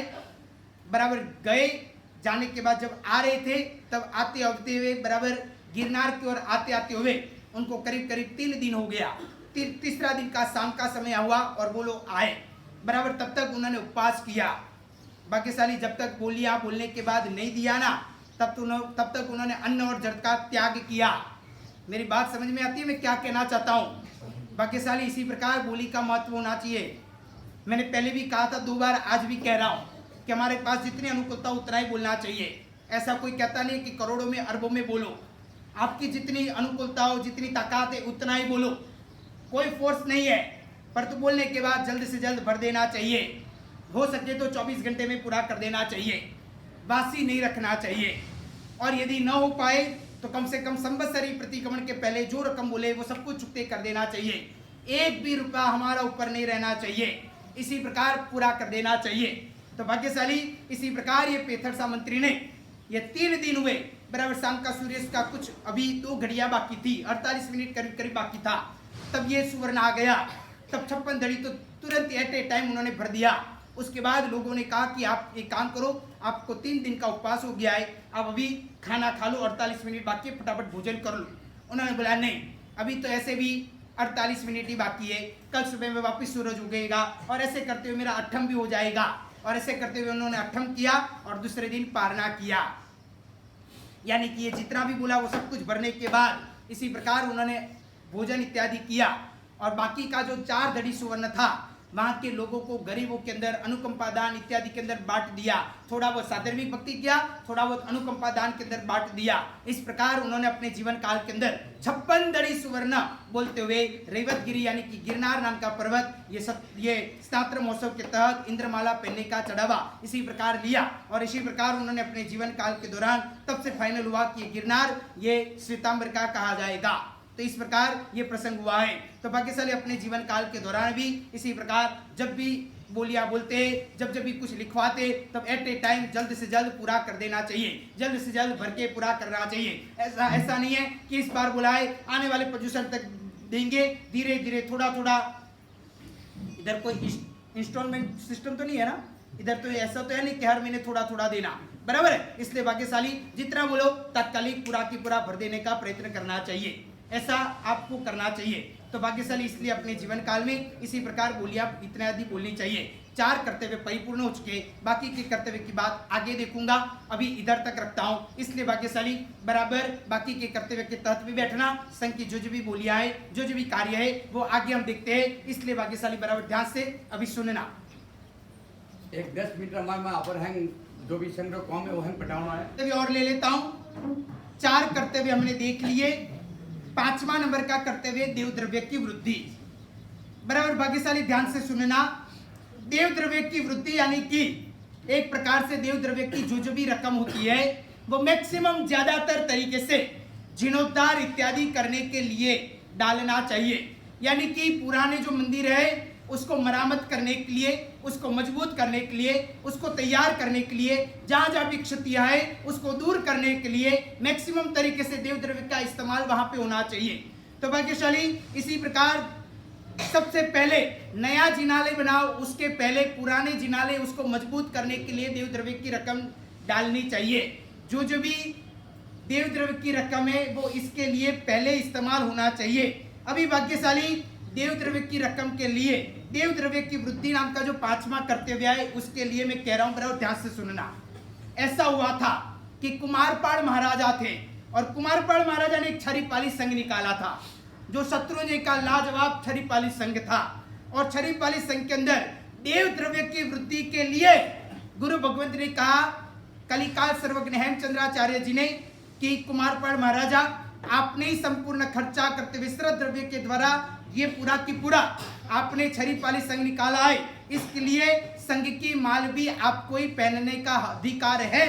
परंतु मैं ऐसा कह रहा हूं और मेरी एक इच्छा है, कुमारपाल महाराजा को कहा हेमचंद्राचार्य जी ने कि मेरी एक इच्छा है कि देव द्रव्य की वृद्धि होती है तो उसका चढ़ावा होना चाहिए। कुमारपाल महाराजा ने बोल दिया कि गुरुदेव तहती आप जैसा बोलोगे वैसा ही होगा। आपने बोला कि चढ़ावा होगा तो चढ़ावा ही होगा। अभी चढ़ावा कैसे बोला जाता है वो मैं आपको सिखा रहा हूं, ध्यान से सुनना। इसलिए ये कर्तव्य लिया है, इसलिए ये 5वां नंबर का कर्तव्य लिया है। तो कुमारपाल महाराजा की वो एक प्रकार से चढ़ावा सरुआ संगमाल पहनने का पूरा की पूरा संघ किसने निकाला? कुमारपाल महाराजा ने स्वद्रव्य के द्वारा। परंतु संगमाल की बात आई तब हक्तिकार होता है कुमारपाल महाराजा का, परंतु गुरुदेव के कहने के कारण एक प्रकार से उन्होंने चढ़ावा शुरू किया। और चढ़ावा कैसे बोला जाता है वो अभी सिखा रहा हूं, पर ध्यान से सुनना। तो वो जमाने के अंदर आज को ठीक है कि मणा हो गया, रुपीस हो गया, तो उसके अंतर्गत ये चढ़ावा होता है, परंतु पहले सोनामोर के अंदर चढ़ावा होता था। और वो जमाने के अंदर कुमारपाल महाराजा ने और उनके मंत्री, कुमारपाल महाराजा और उनके मंत्री दोनों आमने सामने चढ़ावा बोलने लगे। बराबर ध्यान से सुनना। तो सबसे पहले शुरुआत कुमारपाल महाराजा ने बोली कि 1.25 लाख सोना मोहर, वहां से शुरुआत की। तो सामने उनके मंत्री स्वर ने बोला कि 2 लाख सोना मोहर, बराबर डायरेक्ट डबल। उसके बाद कुमारपाल महाराजा ने बोला 4 लाख सोना मोहर। उसके बाद उनके मंत्री स्वर ने बोला 8 लाख सोना मोहर। उसके बाद बोला 16 लाख सोना मोहर। उसके बाद बोला 32 लाख सोना मोहर। उसके बाद बोला 64 लाख सोना मोहर। भाग्यशाली चढ़ावा ऐसा होता है। समझ गए मेरी बात में क्या कह रहा हूं? ये सिखाने के लिए मैंने ये कर्तव्य लिया है। तो भाग्यशाली ऐसा नहीं कि 2.25 लाख बोले, फिर कोई बोले 500 प्लस करो, उसके बाद 1000 प्लस करो, इस प्रकार नहीं। उन्होंने डायरेक्ट डबल डबल डबल करते करते हुए, और उतने में ये दो बोल रहे थे, कुमारपाल महाराजा और उनका मंत्री स्वर आमने सामने बोल रहे थे। और उतने में कोई कोने में बैठा हुआ कोई व्यक्ति, और उसने एक प्रकार से वहां पे बोला कि 2 लाख 4 लाख 8 लाख ये क्या कर रहे हो? इसकी जगह पे एक काम करो, सब छोड़ो, एक काम करो, बराबर 1.25 करोड़ सोना मोहर, इस प्रकार बोला। और कुमारपाल महाराजा मंत्री स्वर दोनों कोने में देखने लगे, क्या बात, कौन है वो? और वो 1 बार 2 बार 3 बार करते हुए 1.25 करोड़ सोना मोहर के अंदर लाभ मिल गया। वो भाग्यशाली को बुलाया कि आप आगे आओ, और उनके कपड़े देखा जाए तो एकदम मैले घेले कपड़े। कुमारपाल महाराजा ने नजदीक आते हुए जब आगे आए तब कुमारपाल महाराजा ने बोला कि आपको मालूम है ना आपने कितना बोला है? बोला क्या? मुझे कंप्लीट मालूम है, 1.25 करोड़ सोना मोहर बोला है। बोला कि चिंता मत करो, कुमारपाल महाराजा को काम पहले भरूंगा, उसके बाद ये संगमाला पहनूंगा, चिंता मत करना, 1.25 करोड़ सोना मोहर। बोला कि कपड़े से तो लगता नहीं है कि कहाँ से 1.25 करोड़ निकालोगे? उन्होंने बोला चिंता मत करो। उन्होंने कपड़े का एक प्रकार का एक कोने में एक रत्न रखा था, वो रत्न निकाला और कुमारपाल महाराजा के हाथ में दिया और बोला कि इसका मूल्य निकालो कितना है? उन्होंने बोला पूरा कंप्लीट 1.25 करोड़ सोना मोहर है। तो ठीक है, ये भरो। और उसके बाद उन्होंने संगमाल पहनने का प्रयत्न किया। तो भाग्यशाली बोलियां इस प्रकार होती है, इसलिए देव द्रव्य की वृद्धि के लिए इसी प्रकार उन्होंने बोलियां बोली थी। बराबर है? तो बस इधर तक रखता हूँ, आगे बोलियां शुरू करो। 11 कर्तव्य में 5 कर्तव्य परिपूर्ण हो चुके हैं। 6ठे नंबर की कर्तव्य की ओर आगे बढ़ते हैं। 6ठा नंबर का कर्तव्य महापूजा। भाग्यशाली संघ के अंदर वर्ष में 1 बार कम से कम महापूजा होनी चाहिए। महापूजा यानी कि एक प्रकार से जिनालय को पूरा की पूरा सजाना फूलों के द्वारा, अच्छे से अच्छी चीजों के द्वारा, और परमात्मा की पूजा इत्यादि अंगरचना करना। भाग्यशाली महापूजा के अंतर्गत कहा जाता है 99 प्रकार की पूजा भी होती है, अष्टापची की पूजा होती है, विशेषतानक की पूजा होती है, ऐसे विविध प्रकार की पूजाएं इत्यादि होती है।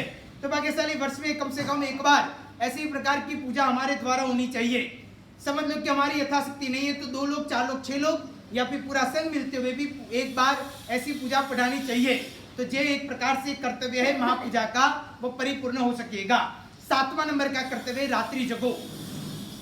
रात्रि जगो का मतलब होता है कि एक प्रकार से जो घर के अंदर कल्पसूत्र जाए या फिर कल्पसूत्र जाए या फिर बारसा सूत्र जाए या तो फिर कोई ना कोई घोड़िया परना इत्यादि घर के अंदर जाए, तो उसके बाद घर के अंदर शानदार तरीके से भक्ति भावना इत्यादि करना, उसको एक प्रकार से रात्रि जगो कहा जाता है। याद रखना कि भावना अलग चीज है और रात्रि जगो अलग चीज है, दोनों अलग अलग है। यानी कि घर के अंदर भक्ति भावना बोला जाता है, परंतु वो जो जिनाले के अंदर कहा जाता है वो भावना कहा जाता है, घर के अंदर होता है वो रात्रि जगो कहा जाता है। यानी कि पूरी रात जगते हुए पहले के जमाने के अंदर ऐसा होता था, परंतु आधुनिक जमाना और आज के जमाने के मुताबिक पूरी रात तक करना भी नहीं चाहिए, क्योंकि जोखम का भरा जमाना है। कहीं ना कहीं किसी के वहां पे ये स्त्रियां बहनें इत्यादि जाए फिर आधी रात को इस प्रकार आए, वो उचित नहीं है, ये बराबर नहीं कहा जाता है। इसलिए कुछ टाइम लिमिट तक ही ये कार्य करना चाहिए, ऐसा प्रकार की बात बताई गई है। इसलिए भाग्यशाली टाइम कुछ लिमिट रखना चाहिए। समझ लो कि शाम को प्रतिगमन 8 बजे परिपूर्ण होता है तो 8:30 बजे शुरू करना, 9:30 मैक्सिमम 10 बजे तक परिपूर्ण कर देना, तो इसी प्रकार होना चाहिए। तो ये रात्रि जगो कहा जाता है। पूरी रात तक चलाना नहीं चाहिए, क्योंकि आजकल का जमाना बहुत जोखम भरा है, सभी लोग रात्रि जगो के मुताबिक नहीं आते, सबकी विचारधारा अलग अलग होती है। इसलिए भाग्यशाली रात्रि जगो इस प्रकार होना चाहिए। और रात्रि जगो इत्यादि के अंतर्गत भी कहा जाता है कि वो घर के अंदर होता है वो रात्रि जगो कहा जाता है, जिनालय के अंदर मंदिर के अंदर होता है उसको भावना कहा जाता है, घर के अंदर होता है उसको भावना नहीं बोला जाता है, उसको रात्रि जगो ऐसा प्रकार का कहा जाता है। तो भाग्यशाली इसी प्रकार अपने जीवन काल में रात्रि जगो इत्यादि करना चाहिए। दूसरी बात ऐसा भी कहा गया है कि जब भी बहनें इकट्ठित होते हुए कुछ गाना इत्यादि गाती है, तब पुरुषों इत्यादि हो तब बहनों को गाना नहीं गाना चाहिए। बहनों की एक मर्यादा कही जाती है, क्योंकि कहीं ना कहीं फिर बहनें गाएंगे, कहीं ना कहीं भाइयों सुनेंगे तो राग इत्यादि उत्पन्न होने का प्रयत्न हो सकता है, या तो फिर भाइयों हो वहां पे बहनों को नृत्य इत्यादि करना नहीं चाहिए। इस प्रकार का जैन शासन के अंदर ये मर्यादा कहा जाता है। इसलिए भाग्यशाली भाइयों और बहनों सभी लोग शामिल हो, तब सिर्फ भाइयों को ही इसी प्रकार नृत्य पूजा या तो फिर गीत गाना इत्यादि होना चाहिए। बहनों इत्यादि होती है, हाँ बहनों अकेले हो, बहनों का मंडल हो, मंदिर हो और मंदिर के अंदर या तो रात्रि जगाओ, वहां पे बहनों अकेले हो, कोई पुरुष वर्ग इत्यादि न हो, तो फिर आप बहनें गाना गा सकती है, नृत्य पूजा इत्यादि कर सकती है। आप आपके हिसाब से बहुत शानदार तरीके से भक्ति कर सकते हो, गरबा इत्यादि लेना हो, रास लेना हो, आपको जो भी करना है कर सकते हो, परंतु पुरुष वर्ग हो वहां पे ये उचित नहीं है, ऐसा भी हमारे जय शासन में बात बताया गया है। इसलिए भाग्यशाली उस बाबतों का भी ध्यान रखना चाहिए। तो भाग्यशाली रात्रि जगो और भावना इसी प्रकार अलग अलग तरीके से कहा जाता है। 8वां नंबर का कर्तव्य श्रुत भक्ति। 7वां नंबर का कर्तव्य परिपूर्ण हो गया, रात्रि जगो, 8वां श्रुत भक्ति। श्रुत भक्ति यानी कि एक प्रकार से ज्ञान अर्जन, यानी कि ज्ञान के लिए कुछ ना कुछ करना। भाग्यशाली श्रुत भक्ति के लिए सबसे पहले तो श्रुत भक्ति यही है कि हमें खुद को पढ़ाई करना, हमें खुद को अध्ययन करना, खुद को याद करना, यानी कि जो भी शास्त्र या तो सूत्र है उसको याद करना, ये एक प्रकार की श्रुत भक्ति हमारे खुद के लिए कही जाती है। यदि याद नहीं रहता है या तो याद शक्ति इतनी तेज नहीं है, जोरदार नहीं है, शानदार नहीं है, तो कोई बात नहीं। भाग्यशाली कहा जाता है कि जो भी श्रुत भक्त पढ़ते हैं उनको कहीं ना कहीं बख्शिश देना, उनको कहीं ना कहीं प्रभावना देना, उनको कहीं ना कहीं प्राइज देना या तो इनाम देना, तो उसको भी एक प्रकार से श्रुत भक्ति कही जाता है। उसके अलावा भाग्यशाली जो भी गुरु भगवंत इत्यादि बुक इत्यादि छपवाते हैं या तो शास्त्र पाठ इत्यादि लिखते हैं, तो उनके अंदर भी कोई ना कोई यथाशक्ति छोटा मोटा भी लाभ लेना, तो ये भी एक प्रकार की श्रुत भक्ति है। उसके अलावा सायंकाल के प्रतिक्रमण के दौरान भी जो भी चढ़ावे होते हैं, तो वो भी चढ़ावा श्रुत भक्ति के तहत ज्ञान खाते के अंदर लिए जाते हैं, तो उसमें से भी कहीं ना कहीं जो चतुर्मास के अंतर्गत आए हुए साधु साध्वी भगवंत थे, उनको सबसे पहले उनको कहना चाहिए, उनको पूछना चाहिए कि महाराज साहब, यदि आप कहीं ना कहीं श्रुति याते हो, कुछ ना कुछ लिखते हो, आप बुक बनवाते हो या तो फिर बनाते हो या तो लिखते हो, तो उसके अंदर हमारा इतना संपत्ति इकट्ठित हुआ है, इतना धन उपार्जन हुआ है, तो भाग्यशाली यानी कि गुरुदेव हमें कुछ ना कुछ लाभ देना और हमारी ये ज्ञान निधि के खर्च में से इस प्रकार का पुस्तक इत्यादि बने, ऐसी प्रकार की हमारी भावना है। इस प्रकार श्रुत भक्ति करनी चाहिए। भाग्यशाली श्रुत भक्ति के लिए अपने जीवन काल के अंदर पुस्तकों, ग्रंथों, शास्त्रों इत्यादि लिखवाना इत्यादि का कार्य करना चाहिए, जिसके द्वारा हमारे अंदर जो मंद बुद्धि होती है वो चली जाती है, या तो कहीं ना कहीं ज्ञानावरणीय कर्म खत्म होते हैं, दूर होते हैं, कम होते हैं, पर ये श्रुत भक्ति भी भावपूर्वक तरीके से करना चाहिए। कहीं ना कहीं थोड़ा छोटा मोटा भी लाभ लेना चाहिए। ये श्रुत वेराना यानी कि कल्पसूत्र वेराना, उसके बाद वार्षा सूत्र वेराना, ये भी श्रुत भक्ति के तहत ही आता है। भाग्यशाली कुछ लोग ऐसे भी होते हैं जो हकलाते हैं, तोतलाते हैं, बोलने में कोई दिक्कत आती है, कहीं ना कहीं सुनने में दिक्कत आती है, बोलने में कहीं ना कहीं दिक्कतें आती है, तो ये सभी प्रकार की चीज ज्ञानावरणीय कर्म के कारण होता है। तो भाग्यशाली ज्ञानावरणीय कर्म को खपाने का एक सुवर्ण अवसर यानी कि श्रुत भक्ति कहा जाता है, क्योंकि भाग्यशाली आप बड़े बड़े लाखों करोड़ों अरबों रुपए में चढ़ावा ले लो, पर तो यदि समझ लो कि श्रुत नहीं होगा, ज्ञान नहीं होगा, तो संपूर्ण जय शासन यानी कि ऐसे जो बहुत बड़ा आसमान तक जो आज पहुंचा है, तो वो सब कुछ पड़ी भागेगा यानी कि गिर जाएगा, क्योंकि ज्ञान के द्वारा कोई भी प्रकार की कीमत ज्ञान के द्वारा होती है। आप भी खुद भी समझते हो कि संसार के अंदर हो या साधु के अंदर हो, ज्ञान की बहुत बड़ी कीमत है। यदि ज्ञान है तो सब कुछ है, ज्ञान नहीं है तो कुछ भी नहीं है। इसलिए श्रुत के लिए हमें कहीं ना कहीं लाभ लेना चाहिए, श्रुत के लिए हमें कहीं ना कहीं योगदान देना चाहिए, हमें श्रुत के लिए कुछ ना कुछ कार्य करना चाहिए। ऐसे तो स्कूल के अंदर बहुत बड़े प्रकार के डोनेशन देते हो, ये श्रुत भक्ति नहीं है, याद रखना। आपके बालक बालिकाओं को स्कूल के अंदर पढ़ाने के लिए हजारों लाखों रुपए का डोनेशन दिया जाता है, तो ये श्रुत भक्ति नहीं है, क्योंकि वहां पे आपको सम्यक्त्व प्रकार का ज्ञान नहीं मिलता है, आपको मिथ्यात्व का ज्ञान मिलता है। परंतु जहाँ पे सम्यक्त्व का ज्ञान मिलता है वहां पे कहीं ना कहीं हमें योगदान देना चाहिए। हमारे संघ की पाठशाला इत्यादि हो, उसके अंदर भी कहीं ना कहीं बच्चे इत्यादि बालक बालिका पढ़ाई करने जाते हो, उनको भी कहीं ना कहीं प्राइज देना, उनको प्रभावना देना, उनके लिए स्कीम निकालना। आप इतनी गाथा करोगे तो इतना मिलेगा। इसी प्रकार महीने के अंदर या तो 6 महीने के अंदर जो एक प्रकार का फंड एकत्रित हुए, उसके बाद उनको कोई बड़ी गिफ्ट देना, उनको जो मन पसंद हो वैसा देना, और उसके द्वारा वो धीरे धीरे आगे बढ़े, उनको भी एक प्रकार का प्रोत्साहन मिले। इसी प्रकार भी करना, तो ये भी एक प्रकार की श्रुत भक्ति है। तो भाग्यशाली श्रुत भक्ति के लिए भी अपने जीवन काल के अंदर कुछ ना कुछ लाभ लेते रहना चाहिए। श्रुत भक्ति अवश्य में करना चाहिए, क्योंकि भाग्यशाली आज जय शासन के अंदर ज्ञान है तो सब कुछ है, ज्ञान नहीं है तो समझ लेना कि हमारे पास कुछ भी नहीं है। इसलिए ज्ञान के द्वारा ही हमारी कदर होती है। पैसा तो हाथ का मैल कहा जाता है, आज पैसा है कल नहीं भी हो सकता है, आज जो करोड़पति है कल करोड़पति भी बन सकता है। ऐसा बहुत सारे उदाहरण है। परंतु भाग्यशाली ज्ञान जो व्यक्ति के अंदर होता है वो ज्ञान दिन प्रतिदिन बढ़ता है, ज्ञान बांटने के द्वारा भी बढ़ता है, ज्ञान के द्वारा व्यक्ति की सही पहचान होती है। पैसे के द्वारा इतनी पहचान नहीं हो पाएगी। आज शायद पैसा है तो लोग आपको बुलाएंगे, याद करेंगे, कल आपके पास पैसा नहीं होगा तो लोग आपको याद नहीं करेंगे। परंतु ज्ञान ऐसा कहा जाता है, वो आपकी सही पहचान करवाता है, वो आपकी पहचान बरकरार रखवाता है, वो आपको लोग युगों युगों સુધી याद रखने वाले पैसे वाले को याद नहीं रखते, परंतु ज्ञानी व्यक्तियों को याद रखते हैं। इसलिए ज्ञान हमारी सही पहचान करवाता है, ज्ञान के द्वारा हम सुरक्षित रह सकते हैं। पैसे के द्वारा हम सुरक्षित नहीं रह पाएंगे, परंतु ज्ञान हमारी रक्षा करेगा। इसलिए श्रुत भक्ति हमें अपने जीवन काल के दौरान करना चाहिए। भाग्यशाली ऐसा कहा जाता है कि एक प्रकार से हरिभद्र सूरी आचार्य भगवंत हो गए। उनके जीवन काल के दौरान वो खूब ग्रंथ की रचना करते थे, और तब एक बार ऐसा हुआ कि उनको कहीं ना कहीं ताड़पत्री की जरूरत हुई। ताड़पत्री यानी कि जिसके अंतर्गत वो लिखते थे, कुछ ना कुछ लिखने का कार्य करते थे, ज्यादा से ज्यादा लिखना इत्यादि करते थे। क्योंकि श्रुत भक्ति होगी तो साधु साध्वी भगवंत भी ज्यादा से ज्यादा ज्ञान के अंदर रचे पचे हुए रहेंगे। ज्ञान के अंदर जितना वो साधु साध्वी भगवंत रचे पचे हुए रहेंगे, उतना ही शासन मजबूत बनेगा।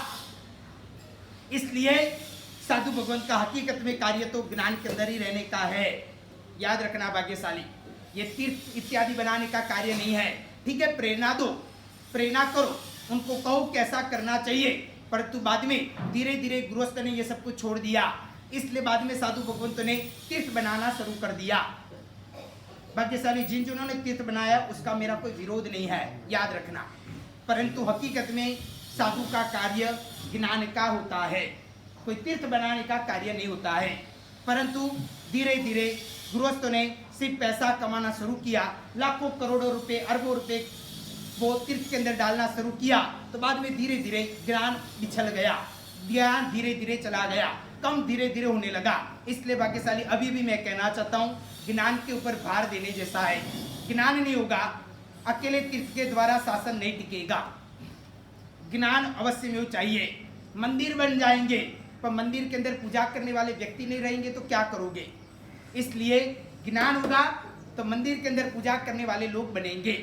मेरा विरोध मंदिर नहीं बनाना ऐसा नहीं है, बिल्कुल भी वैसा प्रकार का मत समझना, परंतु मेरा ये कार्य है, मैं आपको ये कहना चाहता हूँ कि ज्ञान होगा तो कोई भी क्रिया करोगे तो उसमें भाव आएगा, बिना ज्ञान का भाव नहीं आएगा। आपको मालूम ही नहीं कि परमात्मा की पूजा क्यों करना, तो फिर आपको थोड़ी भाव आएगा। अरे आजकल के बच्चे माँ बाप को पूछते हैं कि परमात्मा की मैं पूजा करने जाऊँ परंतु मुझे क्या मिलेगा, उसके द्वारा मुझे क्या मिलने वाला है, तो माँ बाप भी वहाँ पे जवाब नहीं दे सकते हैं।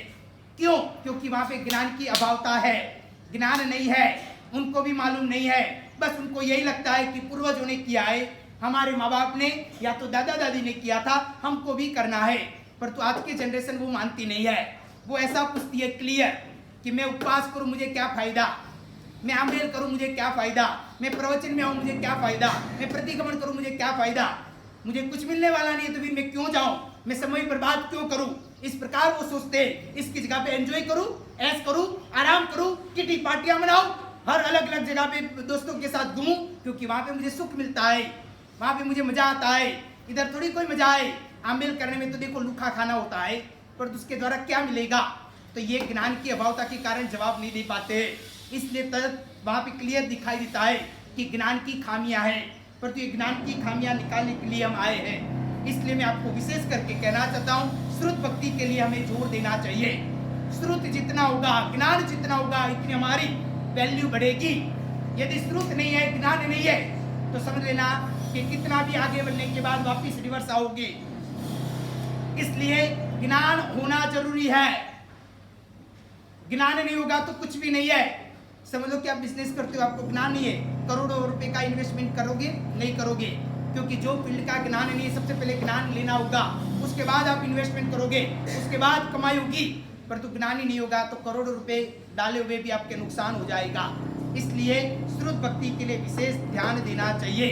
लोग श्रुत के लिए इतना ध्यान नहीं देते हैं, लोग अन्य अन्य स्कीमों के अंदर बहुत बड़ा बड़ा प्रकार का नामना हो जाए, कीर्ति हो जाए, इसके लिए बहुत लाखों करोड़ों रुपए अरबों रुपए का खर्चा कर देते हैं, पर तो श्रुत के लिए कोई ध्यान देने के लिए तैयार नहीं है।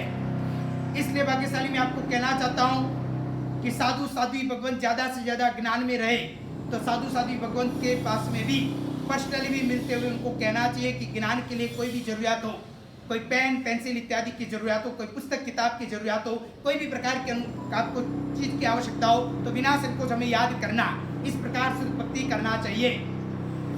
तो भाग्यशाली हरिभद्रेश्वरी महाराज साहब के वक्त के अंदर वो ताड़पत्री के अंदर शास्त्र ग्रंथ इत्यादि की रचना करते थे, लिखते थे, पर तो एक बार ऐसा हुआ कि ताड़पत्री उनके पास खत्म हो गई। उसके बाद वो सोचने लगे, ऐसे बैठ गए, निराश हो गए, मायूस बन गए। उन्होंने सोचा कि भी ताड़पत्री खत्म हो गई, लिखूं तो किस में लिखूं, क्या करूं, क्योंकि ताड़पत्री के अंदर लंबे समय तक वो शास्त्र रहेंगे, अभी क्या करूं। वो ऐसे ही बैठे गए। तब वहां पे उनके पास एक प्रकार का श्रावक जो उपासना के अंदर काजा निकालता था, कचरा इत्यादि निकालने वाला, वो व्यक्ति गुरुदेव के आशीर्वाद के द्वारा करोड़ाधिपति बना था। उसका नाम था लल्लिक नाम का श्रावक। वो आया गुरु भगवंत के पास। गुरु भगवंत कैसे मायूस निराश बैठे हुए देखा। गुरु भगवंत को बोला कि गुरुदेव आप ऐसे मायूस बनो, वो अच्छा नहीं लगता है। आप तो जय शासन की शान हो, मान हो, इज्जत हो, इसलिए आप मायूस मत बनो। आप मायूस बनोगे तो पूरा जय शासन मायूस बन जाएगा। बोलो आपको क्या आवश्यकता है, क्या चाहिए, क्यों आप मायूस हो? आपको कोई ना कोई प्रकार की चीज की आवश्यकता हो तो बताओ। तब गुरु भगवान ने कहा कि और तो कुछ नहीं, परंतु मुझे कहीं ना कहीं ताड़पत्री कम हो गया है, ग्रंथ शास्त्र इत्यादि रचना है, पर तो भी क्या करूं। मन के अंदर विचार बहुत आते, फट फट फट लिखने का मन होता है, पर जितनी ताड़पत्री थी वो सब खत्म हो गई, सब कुछ लिख दिया, अभी नहीं है। तो उन्होंने बोला चिंता मत करो गुरुदेव, मैंने आपके आशीर्वाद के द्वारा करोड़पति हुआ हूँ, अभी आप मेरी चिंता मत करो, मैं आपको तात्कालिक कितनी भी महंगे के अंदर ताड़पत्री है उसकी व्यवस्था करूंगा। उन्होंने बहुत सारे ढेर सारी ताड़पत्री गुरु भगवंत को दिया और बोला कि गुरु भगवंत आप लिखो, जितना हुए वो लिखते रहो, क्योंकि आज लिखोगे उसकी वैल्यू शायद आज नहीं होगी, पर तो आज से 50 साल 100 साल के बाद वो पुस्तक एक प्रकार का ग्रंथ बन जाएगा, तब उसकी वैल्यू रहेगी। आने वाले जनरेशन को ये ज्ञान तब मिलेगा कि आज लिखी हुई पुस्तक होगी, कहीं ना कहीं पुस्तक होगा, तो वो धीरे धीरे आगे बढ़ेगा।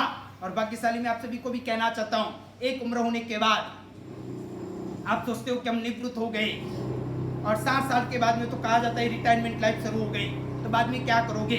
श्रुत होगा तो कहीं ना कहीं उसमें मन टिकेगा, उसके अंदर मन लगाओगे, वो पढ़ोगे तो टाइम भी जाएगा और कुछ ज्ञान भी मिलेगा।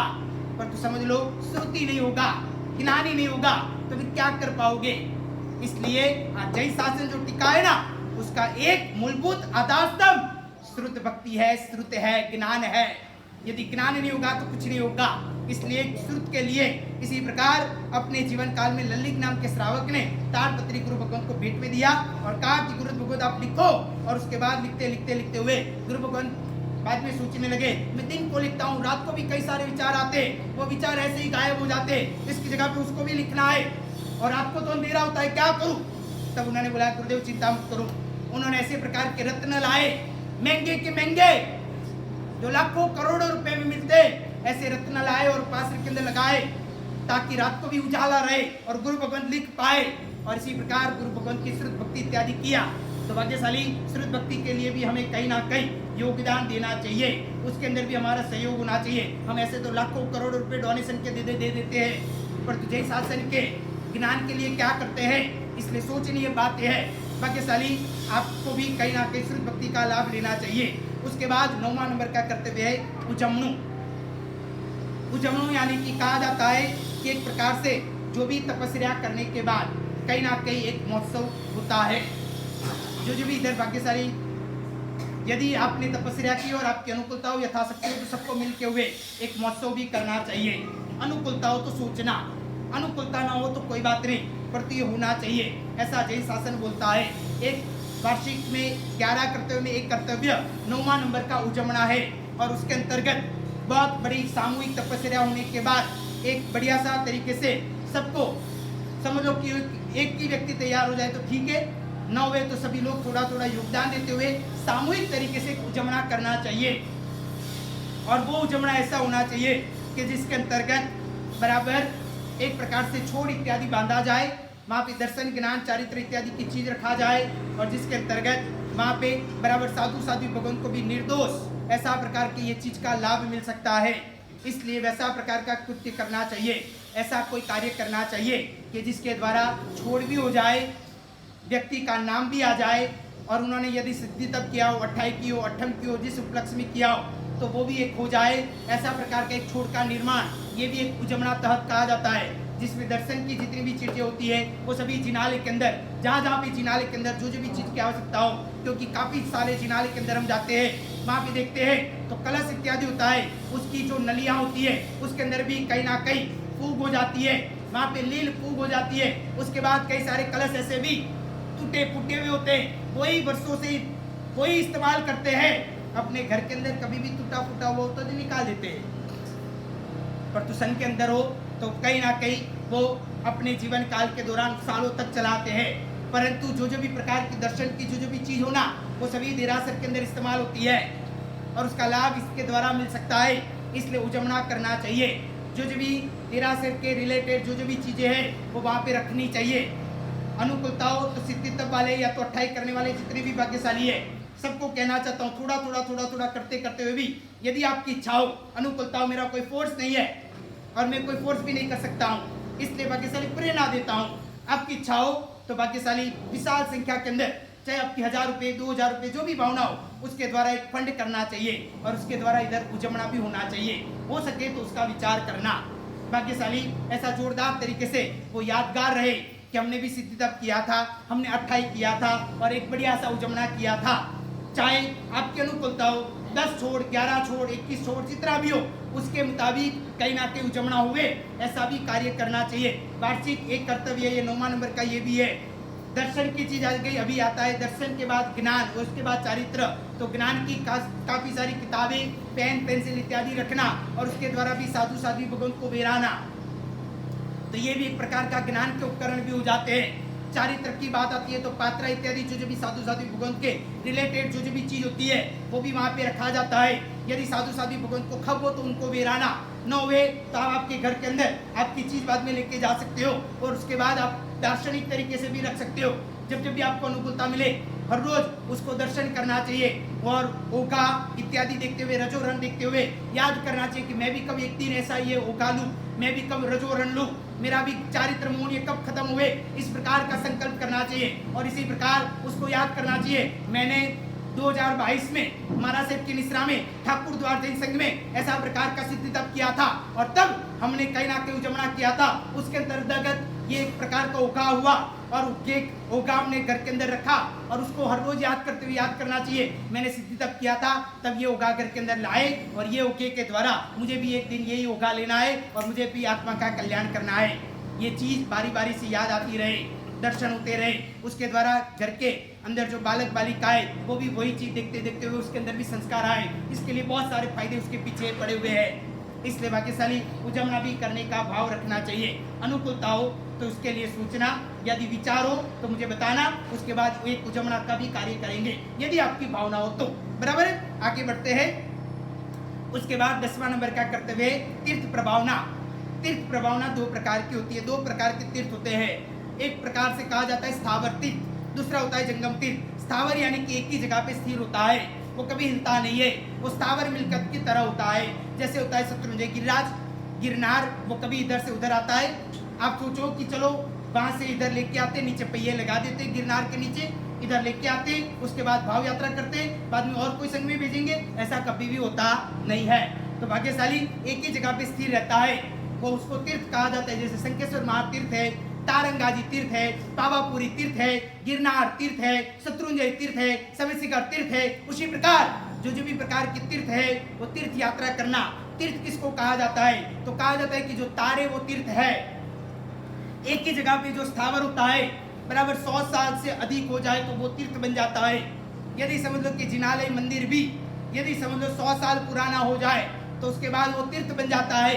ऐसा प्रकार का शास्त्र के अंदर बोला जाता है। तो भाग्यशाली वो भी एक तीर्थ स्वरूप के अंदर माना जाता है कि 100 साल तक कई सारे साधु साध्वी आचार्य भगवान, कई सारे श्रावक श्राविका इत्यादि आए और उन्होंने सभी ने परमात्मा के दर्शन किए, अच्छे भाव इधर डाले हैं। तो इसको भी एक प्रकार का वो वातावरण के कारण वो तीर्थ बन जाता है। तो भाग्यशाली ऐसा एक स्थावर तीर्थ कहा जाता है, उसकी भी यात्रा इत्यादि करनी चाहिए। हर साल एक एक तीर्थ की यात्रा करो तो अभी हो सकता है। और मैंने तो सुना था कि कोई समर्पण ग्रुप के द्वारा एक प्रकार का कुछ अंतरिक्ष तीर्थ की यात्रा भी करवाने का विचार हो तो सोचना भाग्यशाली। जो भी आपने मुझे कान तक मेरी अंदर बात आई थी कि अंतरिक्ष तीर्थ की यात्रा करवानी है तो ये यात्रा का यात्रा भी हो जाएगा। हमारा वार्षिक 11 कर्तव्य में एक कर्तव्य 10वां नंबर का भी हो जाएगा। यदि इच्छा हो तो सकल संघ के अंदर बात रखना, ट्रस्टियों से बात करके फिर आगे उसकी जायरात इत्यादि की जाएगी। तो भाग्यशाली ऐसे तीर्थ के अंतर्गत जाना चाहिए और वहाँ पे कहीं ना कहीं हमें अपने जीवन काल में तीर्थ यात्रा भी करनी चाहिए। दूसरे नंबर का तीर्थ है जंगम तीर्थ। जंगम तीर्थ यानी कि एक प्रकार से इधर से उधर घूमने वाला तीर्थ, एक जगह से दूसरी जगह पे, दूसरे से तीसरी जगह, तीसरे से चौथी जगह पे जाने वाला तीर्थ। तो वो साधु साध्वी भगवंत कहे जाते हैं। वो भी एक तीर्थ के समान है। साधु साध्वी भगवंत कभी भी एक जगह पे नहीं रहते। ठीक है कि 4 महीना वो परमात्मा की आज्ञा है इसलिए एक जगह पे रहते, उसके बाद वापिस पुनः उनका विहार चालू हो जाता है। 8 महीने तक वो बराबर घूमते हैं, हर जगह पे जय शासन का प्रचार करते हैं, जय जयकार इत्यादि करते हैं, लोगों के अंदर धर्म की स्थापना करते हैं, लोगों को श्रद्धावान करते हैं। इसी प्रकार जय शासन के अंतर्गत वे साधु साध्वी भगवंत भी जंगम तीर्थ के तहत कहे जाते हैं। जंगम तीर्थ के अंदर कहा जाता है कि अपने जीवन काल के दौरान दस्तान भद्र ने परमात्मा महावीर देव का जोरदार लाजवाब सामया किया था और उन्होंने ऐसा सामया किया, उन्होंने सोचा कि मैं ऐसा सामया करूं कि जैसा सामया कभी भी किसी ने किया न हो, न भूतो न भविष्यति, यानी कि जो भूतकाल में हुआ नहीं है और भविष्य में कोई करेगा नहीं, ऐसा लाजवाब मुझे सामया करना है परमात्मा की भक्ति के लिए। परमात्मा का सामया, प्रभु महावीर का इसी प्रकार का सामया उन्होंने करने का सोचा दशाण भद्र जी ने। और दशाण भद्र जी ने जोरदार सामया किया और सामया करने के बाद में भी उनको अभिमान हो गया।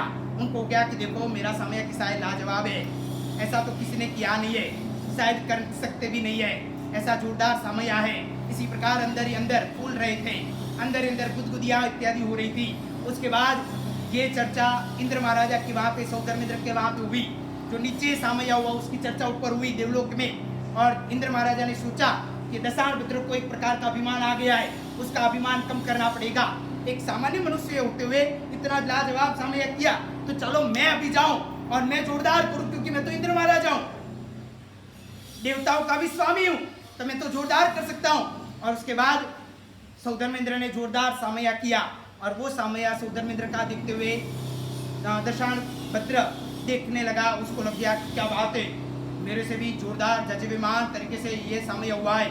इसलिए उनको उनका जो अभिमान था वो कहीं ना कहीं टूटने लगा। उनको लगने लगा कि ये तो बहुत गलत हो गया, मेरे से भी जोरदार इन्होंने किया है, तभी मैं ऐसा कुछ कार्य करूं कि जो कर ही नहीं सकता है। और ऐसे करते हुए दशाण भद्र ने परमात्मा के पास जाते हुए परमात्मा को विनती की कि भगवान एक काम करो, मुझे सर्ववृत्ति दो, मुझे दीक्षा दे दो, क्योंकि दीक्षा तो देवलोक के इंद्र महाराजा ले नहीं पाएंगे। इसलिए उन्होंने कह दिया कि मेरी जीत हासिल करने के लिए उन्होंने दीक्षा ली, अंगीकार किया। और दीक्षा लेते हुए इंद्र महाराज आए और दशाण भद्र को बोला कि मैं आपका अभिमान तोड़ने के लिए मैंने आपके सामने सामया किया, आपसे भी जोरदार, आपसे भी लाजवाब सामया किया, परंतु उसके बाद आपने जोरदार दीक्षा ली, वो मैं नहीं कर सकता हूँ, इसलिए मैं हार गया, आप जीत गए, मैं आपके चरण चूमता हूँ। इस प्रकार वहाँ पे भाग्यशाली ये तीर्थ प्रभावना हुई। तो भाग्यशाली ऐसा एक बार का प्रसंग है गंधार के अंदर। आचार्य श्री हीर सुरेश्वर जी महाराज के वक्त हैं, उनका एक भक्त था जो गंधार के अंदर रहता था और वो सेठ था, बहुत बड़ा करोड़ाधिपति था, उसका जोरदार बिजनेस व्यापार इत्यादि चलता था। बराबर उसके वहाँ पे उनका एक नौकर था। वो नौकर ने एक प्रकार से सेठ को कहा कि सेठ जी, आपके गुरुदेव हीर सुरेश्वर जी महाराज साहब हमारी नगरी में आ रहे हैं। ऐसा जैसे बुलाना, सेठ इतने खुशखुशाल हो गए, इतने खुशी में आ गए, उन्होंने अपने पास पड़ा हुआ जो चाबी का जुड़ा था वो फेंका और बोला इसमें से कोई भी एक चाबी चुन ले, एक चाबी ले ले, सिलेक्ट कर ले, और उसके अंदर जो होगा वो सब कुछ तेरा। इतने खुशखुशाल हो गए, सिर्फ गुरुदेव आ रहे वैसा समाचार सुना तो उसको लगा कि बड़ी सी छोटी सी चाबी की जगह पे बड़ी चाबी चुन लूं। उसने बड़ी चाबी ली और बोला कि ये अगर छोटी लिया होता तो बहुत सारा प्रकार का जवेरात, रत्न, हीरा मोती, माणिक इत्यादि मिलता, क्योंकि तिजोरी की जो अंदर की जो तिजोरी की चाबी होती है वो छोटी होती है, परंतु उसने बड़ी चाबी इत्यादि लिया। तो उसके बाद वो मेहता जी को, मुनीम जी को बोला कि जाओ ये चाबी कहाँ की है। तो वो देखा तो गोडाउन की थी और गोडाउन के अंदर गए, गोडाउन के अंदर जितना भी माल था वो सभी का नाप किया। तो वो जमाने के अंदर हजारों रुपए का वो माल हुआ और वो जितना रकम हुआ हजारों रुपए में इतना रकम उसको दिया भेंट स्वरूप में। सिर्फ कितने में गुरु भगवंत आए हैं, आपके गुरुदेव हमारी नगरी में आए, बस इतना ही समाचार देने में इतना सारा दिया। तो देखो गुरु के लिए कितनी भक्ति होगी उनके जीवन काल में। और ऐसा ये गंधार के श्रावक अपने जीवन काल में ऐसा प्रकार की भक्ति की, तो ये एक जंगम भक्ति कही जाती है, जंगम तीर्थ की भक्ति कही जाती है। तो भाग्यशाली ऐसा भी हमें अपने जीवन काल के दौरान करना चाहिए। पेथरसा मंत्री की पत्नी थी ना, वो धीरासर जाती थी ना, तो कहीं ना कहीं वो सुवर्ण लेके जाती थी, क्योंकि वो जमाने के अंदर सुवर्ण की करेंसी चलती थी। आज के जमाने के अंदर पैसे की करेंसी है तो छोटा रुपये या तो फिर बड़ी नोट या तो छोटी नोट आपकी जो यथाशक्ति हो मंदिर जाते वक्त लेके जाना चाहिए, कोई ना कोई अनुकंपा दान के तहत देना चाहिए। पेथरसा मंत्री की जो पत्नी थी वो हर रोज 1.25 सेर सुवर्ण लेके जाती थी और मंदिर पहुंचते पहुंचते हुए वापस रिटर्न होते हुए वो 1.25 सेर सुवर्ण का दान दे देती थी, यानी कि मंदिर जाते वक्त भी इस प्रकार का दान देती थी। तो भाग्यशाली हमें भी अपने जीवन काल में इसी प्रकार यथाशक्ति के मुताबिक करना चाहिए। चलो हर रोज नहीं तो कभी कभार तो करना चाहिए, साल में एक बार तो करना चाहिए। ऐसे हमारे भी मनोरथ होने चाहिए कि हम भी इसी प्रकार करें। तो भाग्यशाली ऐसी प्रकार की भावना रखनी चाहिए। अभी 11वां नंबर का अंतिम कर्तव्य वार्षिक 11 कर्तव्य में, उसके बाद पौषध व्रत की बात आएगी, उसके बाद अष्टांगी का प्रवचन परिपूर्ण होगा, तभी ध्यान से सुनना। 11वां नंबर का कर्तव्य आलोचना।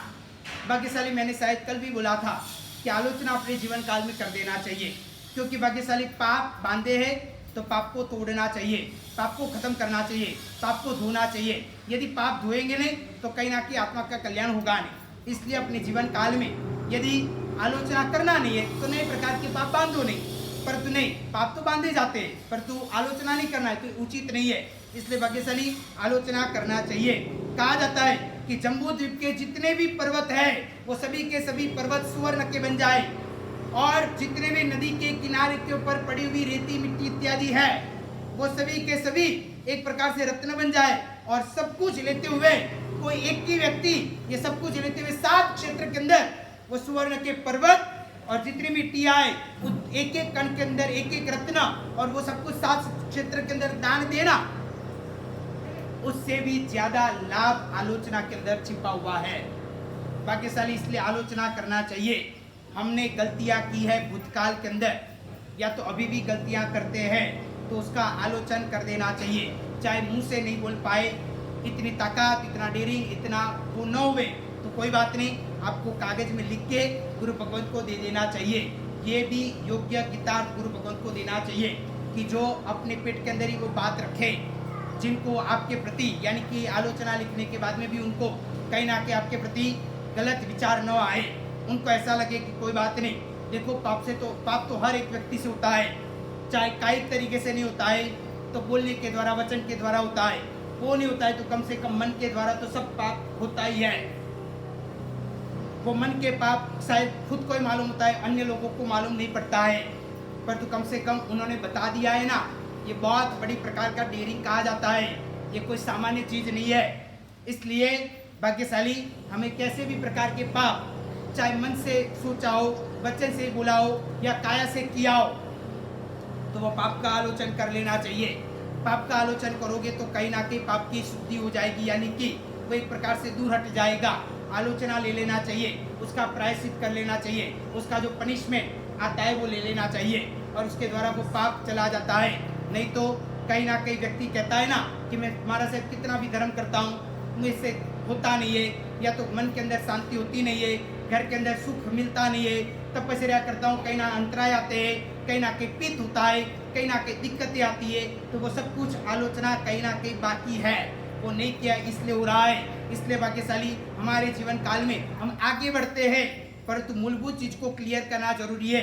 शिल्प शास्त्र के अंदर भी कहा जाता है, यदि जहाँ पे देरासर बनाना हो, उपासर बनाना हो, या फिर घर बनाना हो, मकान बनाना हो, या तो फिर बंगला बनाना हो, फैक्ट्री बनाना हो, या तो फिर ऑफिस बनाना हो, या बिल्डिंग बनाना हो, या कोई इमारत बनाना हो, तो वहां पे सबसे पहले नीचे खोद काम किया जाता है। उसके बाद नीचे से जितने भी प्रकार की हड्डियां हैं वो निकाला जाता है।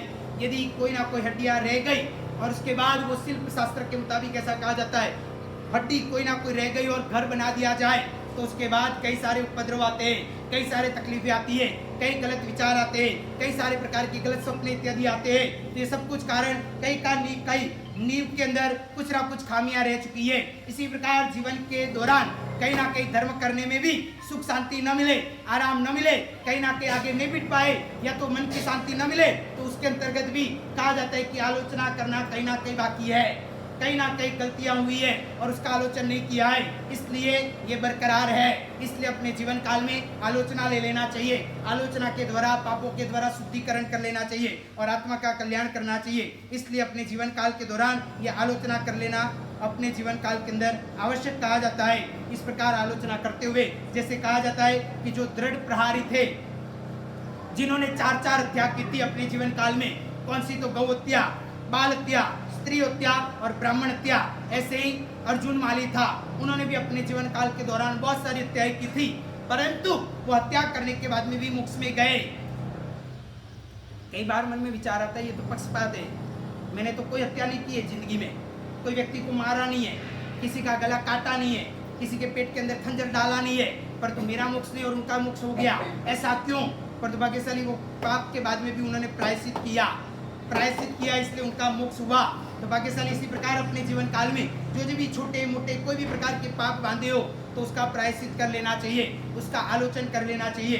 तो ये भी एक प्रकार का वार्षिक 11 कर्तव्य में एक कर्तव्य, एक प्रकार का ये आलोचना है। तो वो आलोचना भी अपने तहे दिल के द्वारा आत्मसाक्षी पूर्वक परिपूर्ण करना चाहिए। उसके बाद अभी बात आती है पौषध व्रत की। वार्षिक 11 कर्तव्य परिपूर्ण हो गए। पौषध व्रत ऐसा कहा जाता है कि साधु जीवन का आस्वाद पौषध व्रत है। यानी कि साधु कैसे होते हैं उसका एक आपको एग्जाम्पल या तो टेस्टिंग चाहिए तो वो पौषध व्रत कहा जाता है। काफी संघों के अंदर विपुल प्रमाण में पौषध इत्यादि होते हैं। कुछ लोग 64 पोहरी पौषध भी करते हैं। तो इस प्रकार भाग्यशाली अपने जीवन काल में पौषध भी करना चाहिए। पौषध भी कहीं ना कहीं आत्मा का कल्याण का एक कारण कहा जाता है। पौषध के लिए भी हमें अपने जीवन काल में आगे बढ़ना चाहिए। तो भाग्यशाली कहा जाता है कि पौषध किसने किया था, कैसा किया था। तो एक कहा जाता है कि एक सुभग नाम का रबारी था, उसने अपने एक यानी कि सुदर्शन नाम के सेठ थे, उसके पूर्वों के अंदर वो रबारी था, पर तो वो सुदर्शन नाम के सेठ ने बराबर पौषध व्रत किया था, लाजवाब किया था। वो जो पूर्वों के अंदर रबारी था, उन्होंने नमस्कार महामंत्र गिनते हुए वो अपने जीवन काल के दौरान सुदर्शन नाम का सेठ बना। पर तो सुदर्शन नाम के सेठ बनने के बाद में भी उन्होंने लाजवाब पौषध व्रत किया था। पौषध कैसे किया था तो कहा जाता है कि उनके जीवन काल के दौरान ऐसा हुआ कि सुदर्शन सेठ और उनका एक परम मित्र था कपिल, और कपिल वो दोनों मित्र थे, खास परम मित्र थे। कोई भी कार्य था तो साथ में करते थे, सुख के दिनों में भी साथ में, दुख में भी साथ में, हर जगह पे दोनों साथ में रहते थे। ऐसे वो कपिल और सुदर्शन नाम के सेठ थे। दोनों अपना जीवन बहुत अच्छी तरह से व्यतीत करते थे। एक बार का प्रसंग है कि जब कपिल अपनी पत्नी जिसका नाम है कपिला, वो कपिला के पास सुदर्शन के वखाण करता था और बोलता था कि मेरा दोस्त सुदर्शन जोरदार है, उसका रूप भी जोरदार है, गुण में भी जोरदार है, पैसे में भी जोरदार है, हर तरीके से जोरदार है। इस प्रकार बोलने लगा। भाग्यशाली कहा जाता है कि जो व्यक्ति योग्य नहीं होता है उनके सामने गुणियल व्यक्ति या तो और किसी की प्रशंसा नहीं करनी चाहिए। प्रशंसा यदि करनी है तो उनके पहले उनकी परीक्षा करनी चाहिए, और यदि उचित लगे तो उनकी सामने उनकी प्रशंसा, दूसरे की प्रशंसा करनी चाहिए, नहीं तो नहीं करनी चाहिए। ये कपिला योग्य नहीं थी, परंतु कपिल ने बहुत प्रशंसा की सुदर्शन की। बहुत अति मात्रा में प्रशंसा होने के बाद कपिला के मन के अंदर विचार आया। उनको लगा कि सुदर्शन को कैसे भी करते हुए कंट्रोल में लेना है, सुदर्शन को आकर्षित करना है, उनको अपने अंतर्गत खींचना है। ऐसा वो कपिला के मन में विचार आया, कितने सुंदर है, इतने दिखावड़े हैं, इतने रूप पायमान है, और मेरे पति यानी कि कपिल वो भी उनकी इतनी सारी तारीफें करते हैं, वो इतने जोरदार है। तो फिर एक बार ऐसा हुआ कि कपिल वो एक प्रकार से कोई कारणवश बाहर गांव गए थे। कपिला को विचार आया, वो ऐसे भी मौका ढूंढ रही थी और वही दिन उसको मौका मिल गया। उन्होंने दासी के द्वारा सुदर्शन सेठ के वहाँ पे एक समाचार, एक मैसेज भिजवाया और कहा कि आपका परम मित्र जो कपिल है उसको बुखार आया है, उसकी तबीयत बराबर नहीं है, उसका स्वास्थ्य अच्छा नहीं है, इसलिए मेहरबानी करके आप तात्कालिक आओ, आपका मित्र आपको याद करता है। सुदर्शन एकदम मित्र प्रेमी व्यक्ति था, मित्र के प्रति लागणी था, एक वात्सल्य था, एक अच्छी भावना थी, इसलिए मित्र दुखी अवस्था में था, इसलिए उसके मन में विचार है कि सब काम छोड़ते हुए मैं तात्कालिक मित्र के साथ जाऊं, उसकी हेल्प करूं, उसका स्वास्थ्य अच्छा रहे वैसा कोई कार्य करूं। इसलिए दौड़ता हुआ भागता हुआ आया अब कपिल के घर, और वहाँ पे बाहर कपिला खड़ी थी। तब सुदर्शन सेठ ने कहा कि मेरा दोस्त, मेरा मित्र कपिल कहाँ पे है? उन्होंने बोला वो अंदर है, आप जाओ अंदर मकान में। और पुराने जमाने के मकान कैसे थे? आज के ज़माने की तरह थे कि एक कमरा इधर, उसके बाजू में दूसरा, उसके बाजू में तीसरा, ऐसा नहीं। परंतु मारवाड़ के अंदर आप देखो, आपके लोगों के मकान होंगे वैसा, यानी कि अंदर गए, उसके बाद अंदर, उसके बाद अंदर, उसके बाद और अंदर, उसके बाद और अंदर, यानी कि पूरे के पूरे ट्रेन के डब्बे की तरह, पूरा एक डब्बे में से दूसरे डब्बे में, एक कमरे में से दूसरे कमरे में, दूसरे में से तीसरे में, इस प्रकार लंबे चौड़े मकान। और कपिला ने कहा कि तुम्हारा मित्र कपिल अंदर है, जाओ कमरे में। उन्होंने बोला ठीक है, वो तो मित्रता के लिए, मित्रता निभाने के लिए अंदर गया। अंदर अंदर अंदर अंदर एक कमरे के बाद दूसरा, दूसरे के बाद तीसरा, इसी प्रकार अंदर गया। अंदर जाने के बाद कपिला भी अंदर आई, और कपिला ने अंदर आते हुए बराबर अंदर का जो लास्ट वाला जो कमरा था वहाँ तक सुदर्शन पहुँच गया था। कपिला वहाँ पे पहुँची, अंदर आते हुए उसने दरवाज़ा बंद कर दिया, और वहाँ पे सुदर्शन ने कहा कि कहाँ पे मेरा मित्र? बोला कि तुम्हारा मित्र तो बाहर गांव गया है।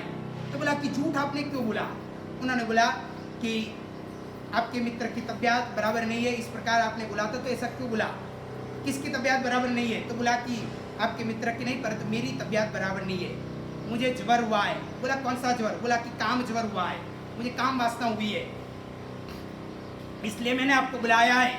उन्होंने बोला कि ठीक है।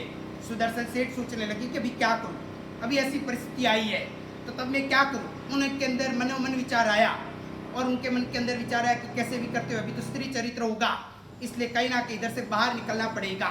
और इसलिए सुदर्शन सेठ ने कहा कि अरे इतने में क्या चिंता करते हो, इतना सब कुछ करने की क्या जरूरत थी, आपने मुझे यूं ही बुला दिया होता तो मैं आ जाता, आपकी इच्छा परिपूर्ण कर देता, उसमें क्या बड़ी बात है, इतने में झूठ बोलने की क्या जरूरत थी।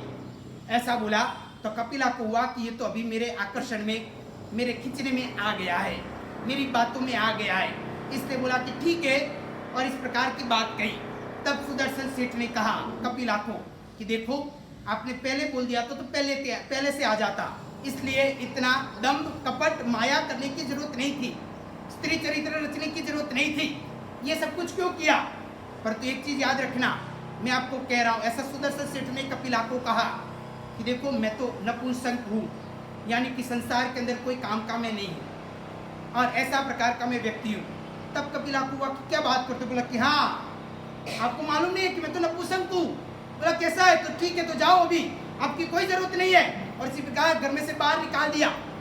सुदर्शन सोचने लगा कि हाँ बच गया, आज मैं मर जाता नहीं तो बच गया। और ऐसा करते हुए ऐसे समय के अंदर झूठ बोलने वाला व्यक्ति भी, वो झूठ भी सत्य है, शास्त्रकार भगवान कहते वो झूठ नहीं है, वो सत्य नहीं है, क्योंकि आपने कहीं ना कहीं ब्रह्मचर्य को तोड़ा नहीं है। आप ब्रह्मचर्य व्रत के लिए झूठ बोला तो वो भी सत्य है, इसलिए वहां पे वो वहां से बाहर निकल गया, तत्कालिक घर पे चला गया और तब से तय कर दिया कि किसी के घर के अंदर अकेले नहीं जाना, चाहे मित्र बीमार हो या कोई भी हो, पर तो किसी के घर के अंदर मैं अकेला अभी से नहीं जाऊंगा, ऐसा मनोमन तय कर दिया। अभी ऐसा हुआ कि एक प्रकार से ये कपिला थी और गांव के अंदर जो राजा थे, वो राजा की रानी थी, उसका नाम था अभया रानी। वो ये कपिला और अभया दोनों मित्र थे, दोनों सहेली थी। और एक बार कपिला अभया को मिलने के लिए गई और दोनों झरूखी के ऊपर बैठे थे राजमहल में। तब सामने से एक प्रकार से कोई लेडीज को, कोई स्त्री को आते हुए देखा झरूखे में से। तब बराबर कपिला ने अभया को पूछा कि सामने कौन आ रहे हैं। उन्होंने बोला ये तो वही है मनोरमा। अरे मनोरमा कौन? बोला कि वो सुदर्शन नाम के सेठ है ना, उनकी पत्नी। बोला कि ये तो आजू बाजू में जो बाल बच्चे 3 4 5 6 दिख रहे, 2-3 इस साइड है, 2-3 इस साइड है और इस प्रकार है, तो वो किसके? बोला कि वो मनोरमा की है, यानी कि सुदर्शन सेठ के 6 लड़के हैं। बोला क्या बात करते? बोला कि हाँ, उनके आजू बाजू में देखो 1 2 3 4, उसमें 2-3 लड़के 2-3 लड़कियां हैं, इस प्रकार 6 है। 6 संतान किसके? सुदर्शन सेठ के। बोला क्या? नहीं, गलत बात है। कपिला ने अभया को बोला कि गलत है। उन्होंने बोला नहीं सही बात है, ये मनोरमा है, ये सुदर्शन की पत्नी है और उनके ये 6 बच्चे हैं। बोला नहीं, गलत बात है। बोला कि क्या?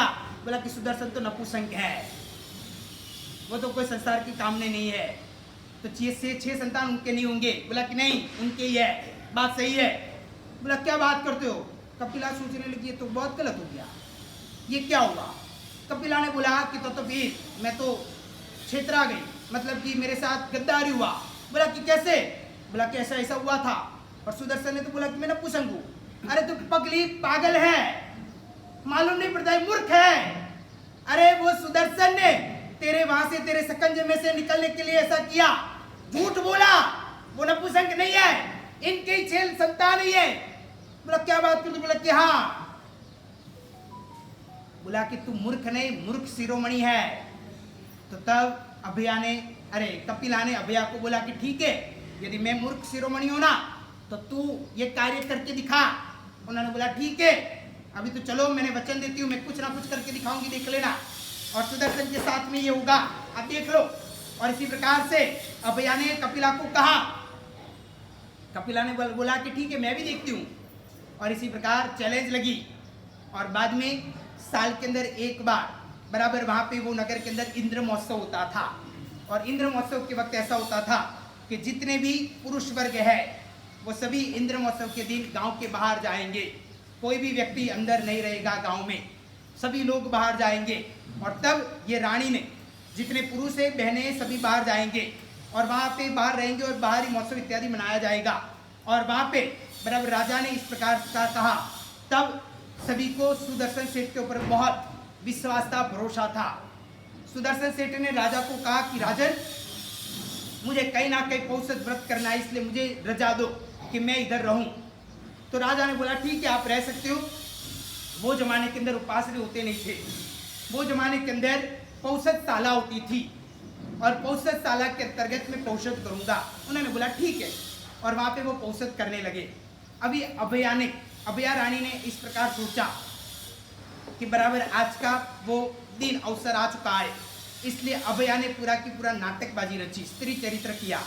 उन्होंने राजमहल के ऊपर पुतलियां इत्यादि आने का जाने का इत्यादि होता था, उसके द्वारा कहीं ना कहीं सेविका को, दासी को कहा कि काम करो, पौषधशाला के अंदर सुदर्शन है, उनको उठा के पुतले के साथ उनको हमारे राजमहल में, हमारे अंतपुर में, हमारे रानियों के वास में लेके आओ। उन्होंने कहा ठीक है। और बराबर पौषधशाला के अंदर ठाणेनम मोणेनम जानेनम अप्पानम बोसिरामी करते हुए कौशिक ध्यान के अंदर खड़े थे। उठा के पुतली के साथ, किसी को मालूम भी नहीं पड़े, किसी को पता भी नहीं चले, उसी प्रकार अंतपुर के अंदर लेके आए। रानी के वहाँ पे रानीवास के अंदर, रानी के कमरे के अंदर लेके आए सुदर्शन को। हेम खेम पूर्वक, किसी को मालूम नहीं पड़े, इस प्रकार लेके आए। उसके बाद रानी ने यानी कि अभया ने बहुत सारे चैन चाले किए, बहुत सारा ऐसा प्रकार का चैन चाला किया, परंतु सुदर्शन सेठ पिघले नहीं। सुदर्शन सेठ मजबूत थे, बस वो तो ठाणेनम मोणेनम जानेनम अप्पानम वो सिरामी करके खड़े थे और कौशिक ध्यान के अंतर्गत थे। परंतु अभया ने बहुत सारे चैन चाला किया, स्त्री चरित्र करने का प्रयत्न किया, परंतु कहाँ पे भी उनको सफलता नहीं मिली। तब अभया ने सोचा कि अभी तो कुछ ना कुछ करना पड़ेगा, एक काम करती हूँ, ऐसे नहीं मानेंगे तो अभी तो बल जबरी पूर्वक मनाऊंगी। और ऐसे करते हुए उन्होंने क्या किया, तो अपने बाल खोल दिए। उसके बाद उनके साड़ी या तो जो कपड़े थे इससे बेर बिखेर कर दिए। उसके बाद उनके थोड़े बहुत नाखून इत्यादि के द्वारा ऐसे शरीर के ऊपर थोड़ा नाखून इत्यादि किया और उसके बाद थोड़ा बहुत खून इत्यादि निकलने लगा। और ऐसा प्रयत्न करते हुए उसके बाद वो जोर जोर से बोलने लगी अभया कि बचाओ बचाओ, इस प्रकार कहने लगी। वहाँ पे आजू बाजू में जो सेवक थे, सहेलियाँ थी, दासियाँ थी, वो सभी आने लगी और सब ने पूछा कि क्या हुआ। बोला कि ये देखो, ये सुदर्शन, ये ऐसा प्रकार का गंदा इंसान, ऐसा करने वाला व्यक्ति वो मेरे वहां पे आ गया और मेरे ऊपर बलजबरी कर रहा है, उसको इधर से निकाल दिया जाए, राजा को फरियाद किया जाए, रानी के ऊपर ऐसा किया है। और ऐसा आरोप डाला। दूसरे दिन, अरे वही के वही दिन राजा उसके वहां पे बुलाया सुदर्शन सेठ को। बराबर उनका पौषध व्रत पूरा हुआ। उसके बाद राजा ने उनको पूछा सुदर्शन सेठ को कि बताओ क्या हुआ है। पर सुदर्शन सेठ के अंदर दो प्रकार के गुण थे। उनके अंदर एक गुण था सदाचार और दूसरा नंबर क्या था, करुणा। और भाग्यशाली बोला जाता है जो व्यक्ति अपात्र होते उनके वहाँ पे पात्रता के गुण नहीं गाने चाहिए। जो व्यक्ति अच्छे हो उनको उनके गुण अपात्र व्यक्ति के सामने नहीं गाने चाहिए। ये गाया था तब यह जाते हुए ये सब कुछ हुआ। कहा जाता है कि जैसे दूध होता है ना, वो अमृत समान कहा जाता है। यदि दूध सर्प को पिलाया जाए, अच्छा दूध है, पर वो सर्प को पिलाया जाए तो वो जहर बन जाता है। वही दूध यदि बालक को पिलाया जाए तो वो लोही बन जाता है, खून बन जाता है। यदि वही दूध गरीब को दिया जाए तो वो पुण्य बन जाता है। और वही दूध यदि साधु भगवान को पिलाया जाए तो वो धर्म बन जाता है। इसी प्रकार भाग्यशाली पात्र व्यक्ति हो, परंतु कुपात्र के सामने उसके वखार इत्यादि नहीं होने चाहिए, नहीं तो ऐसा बन सकता है।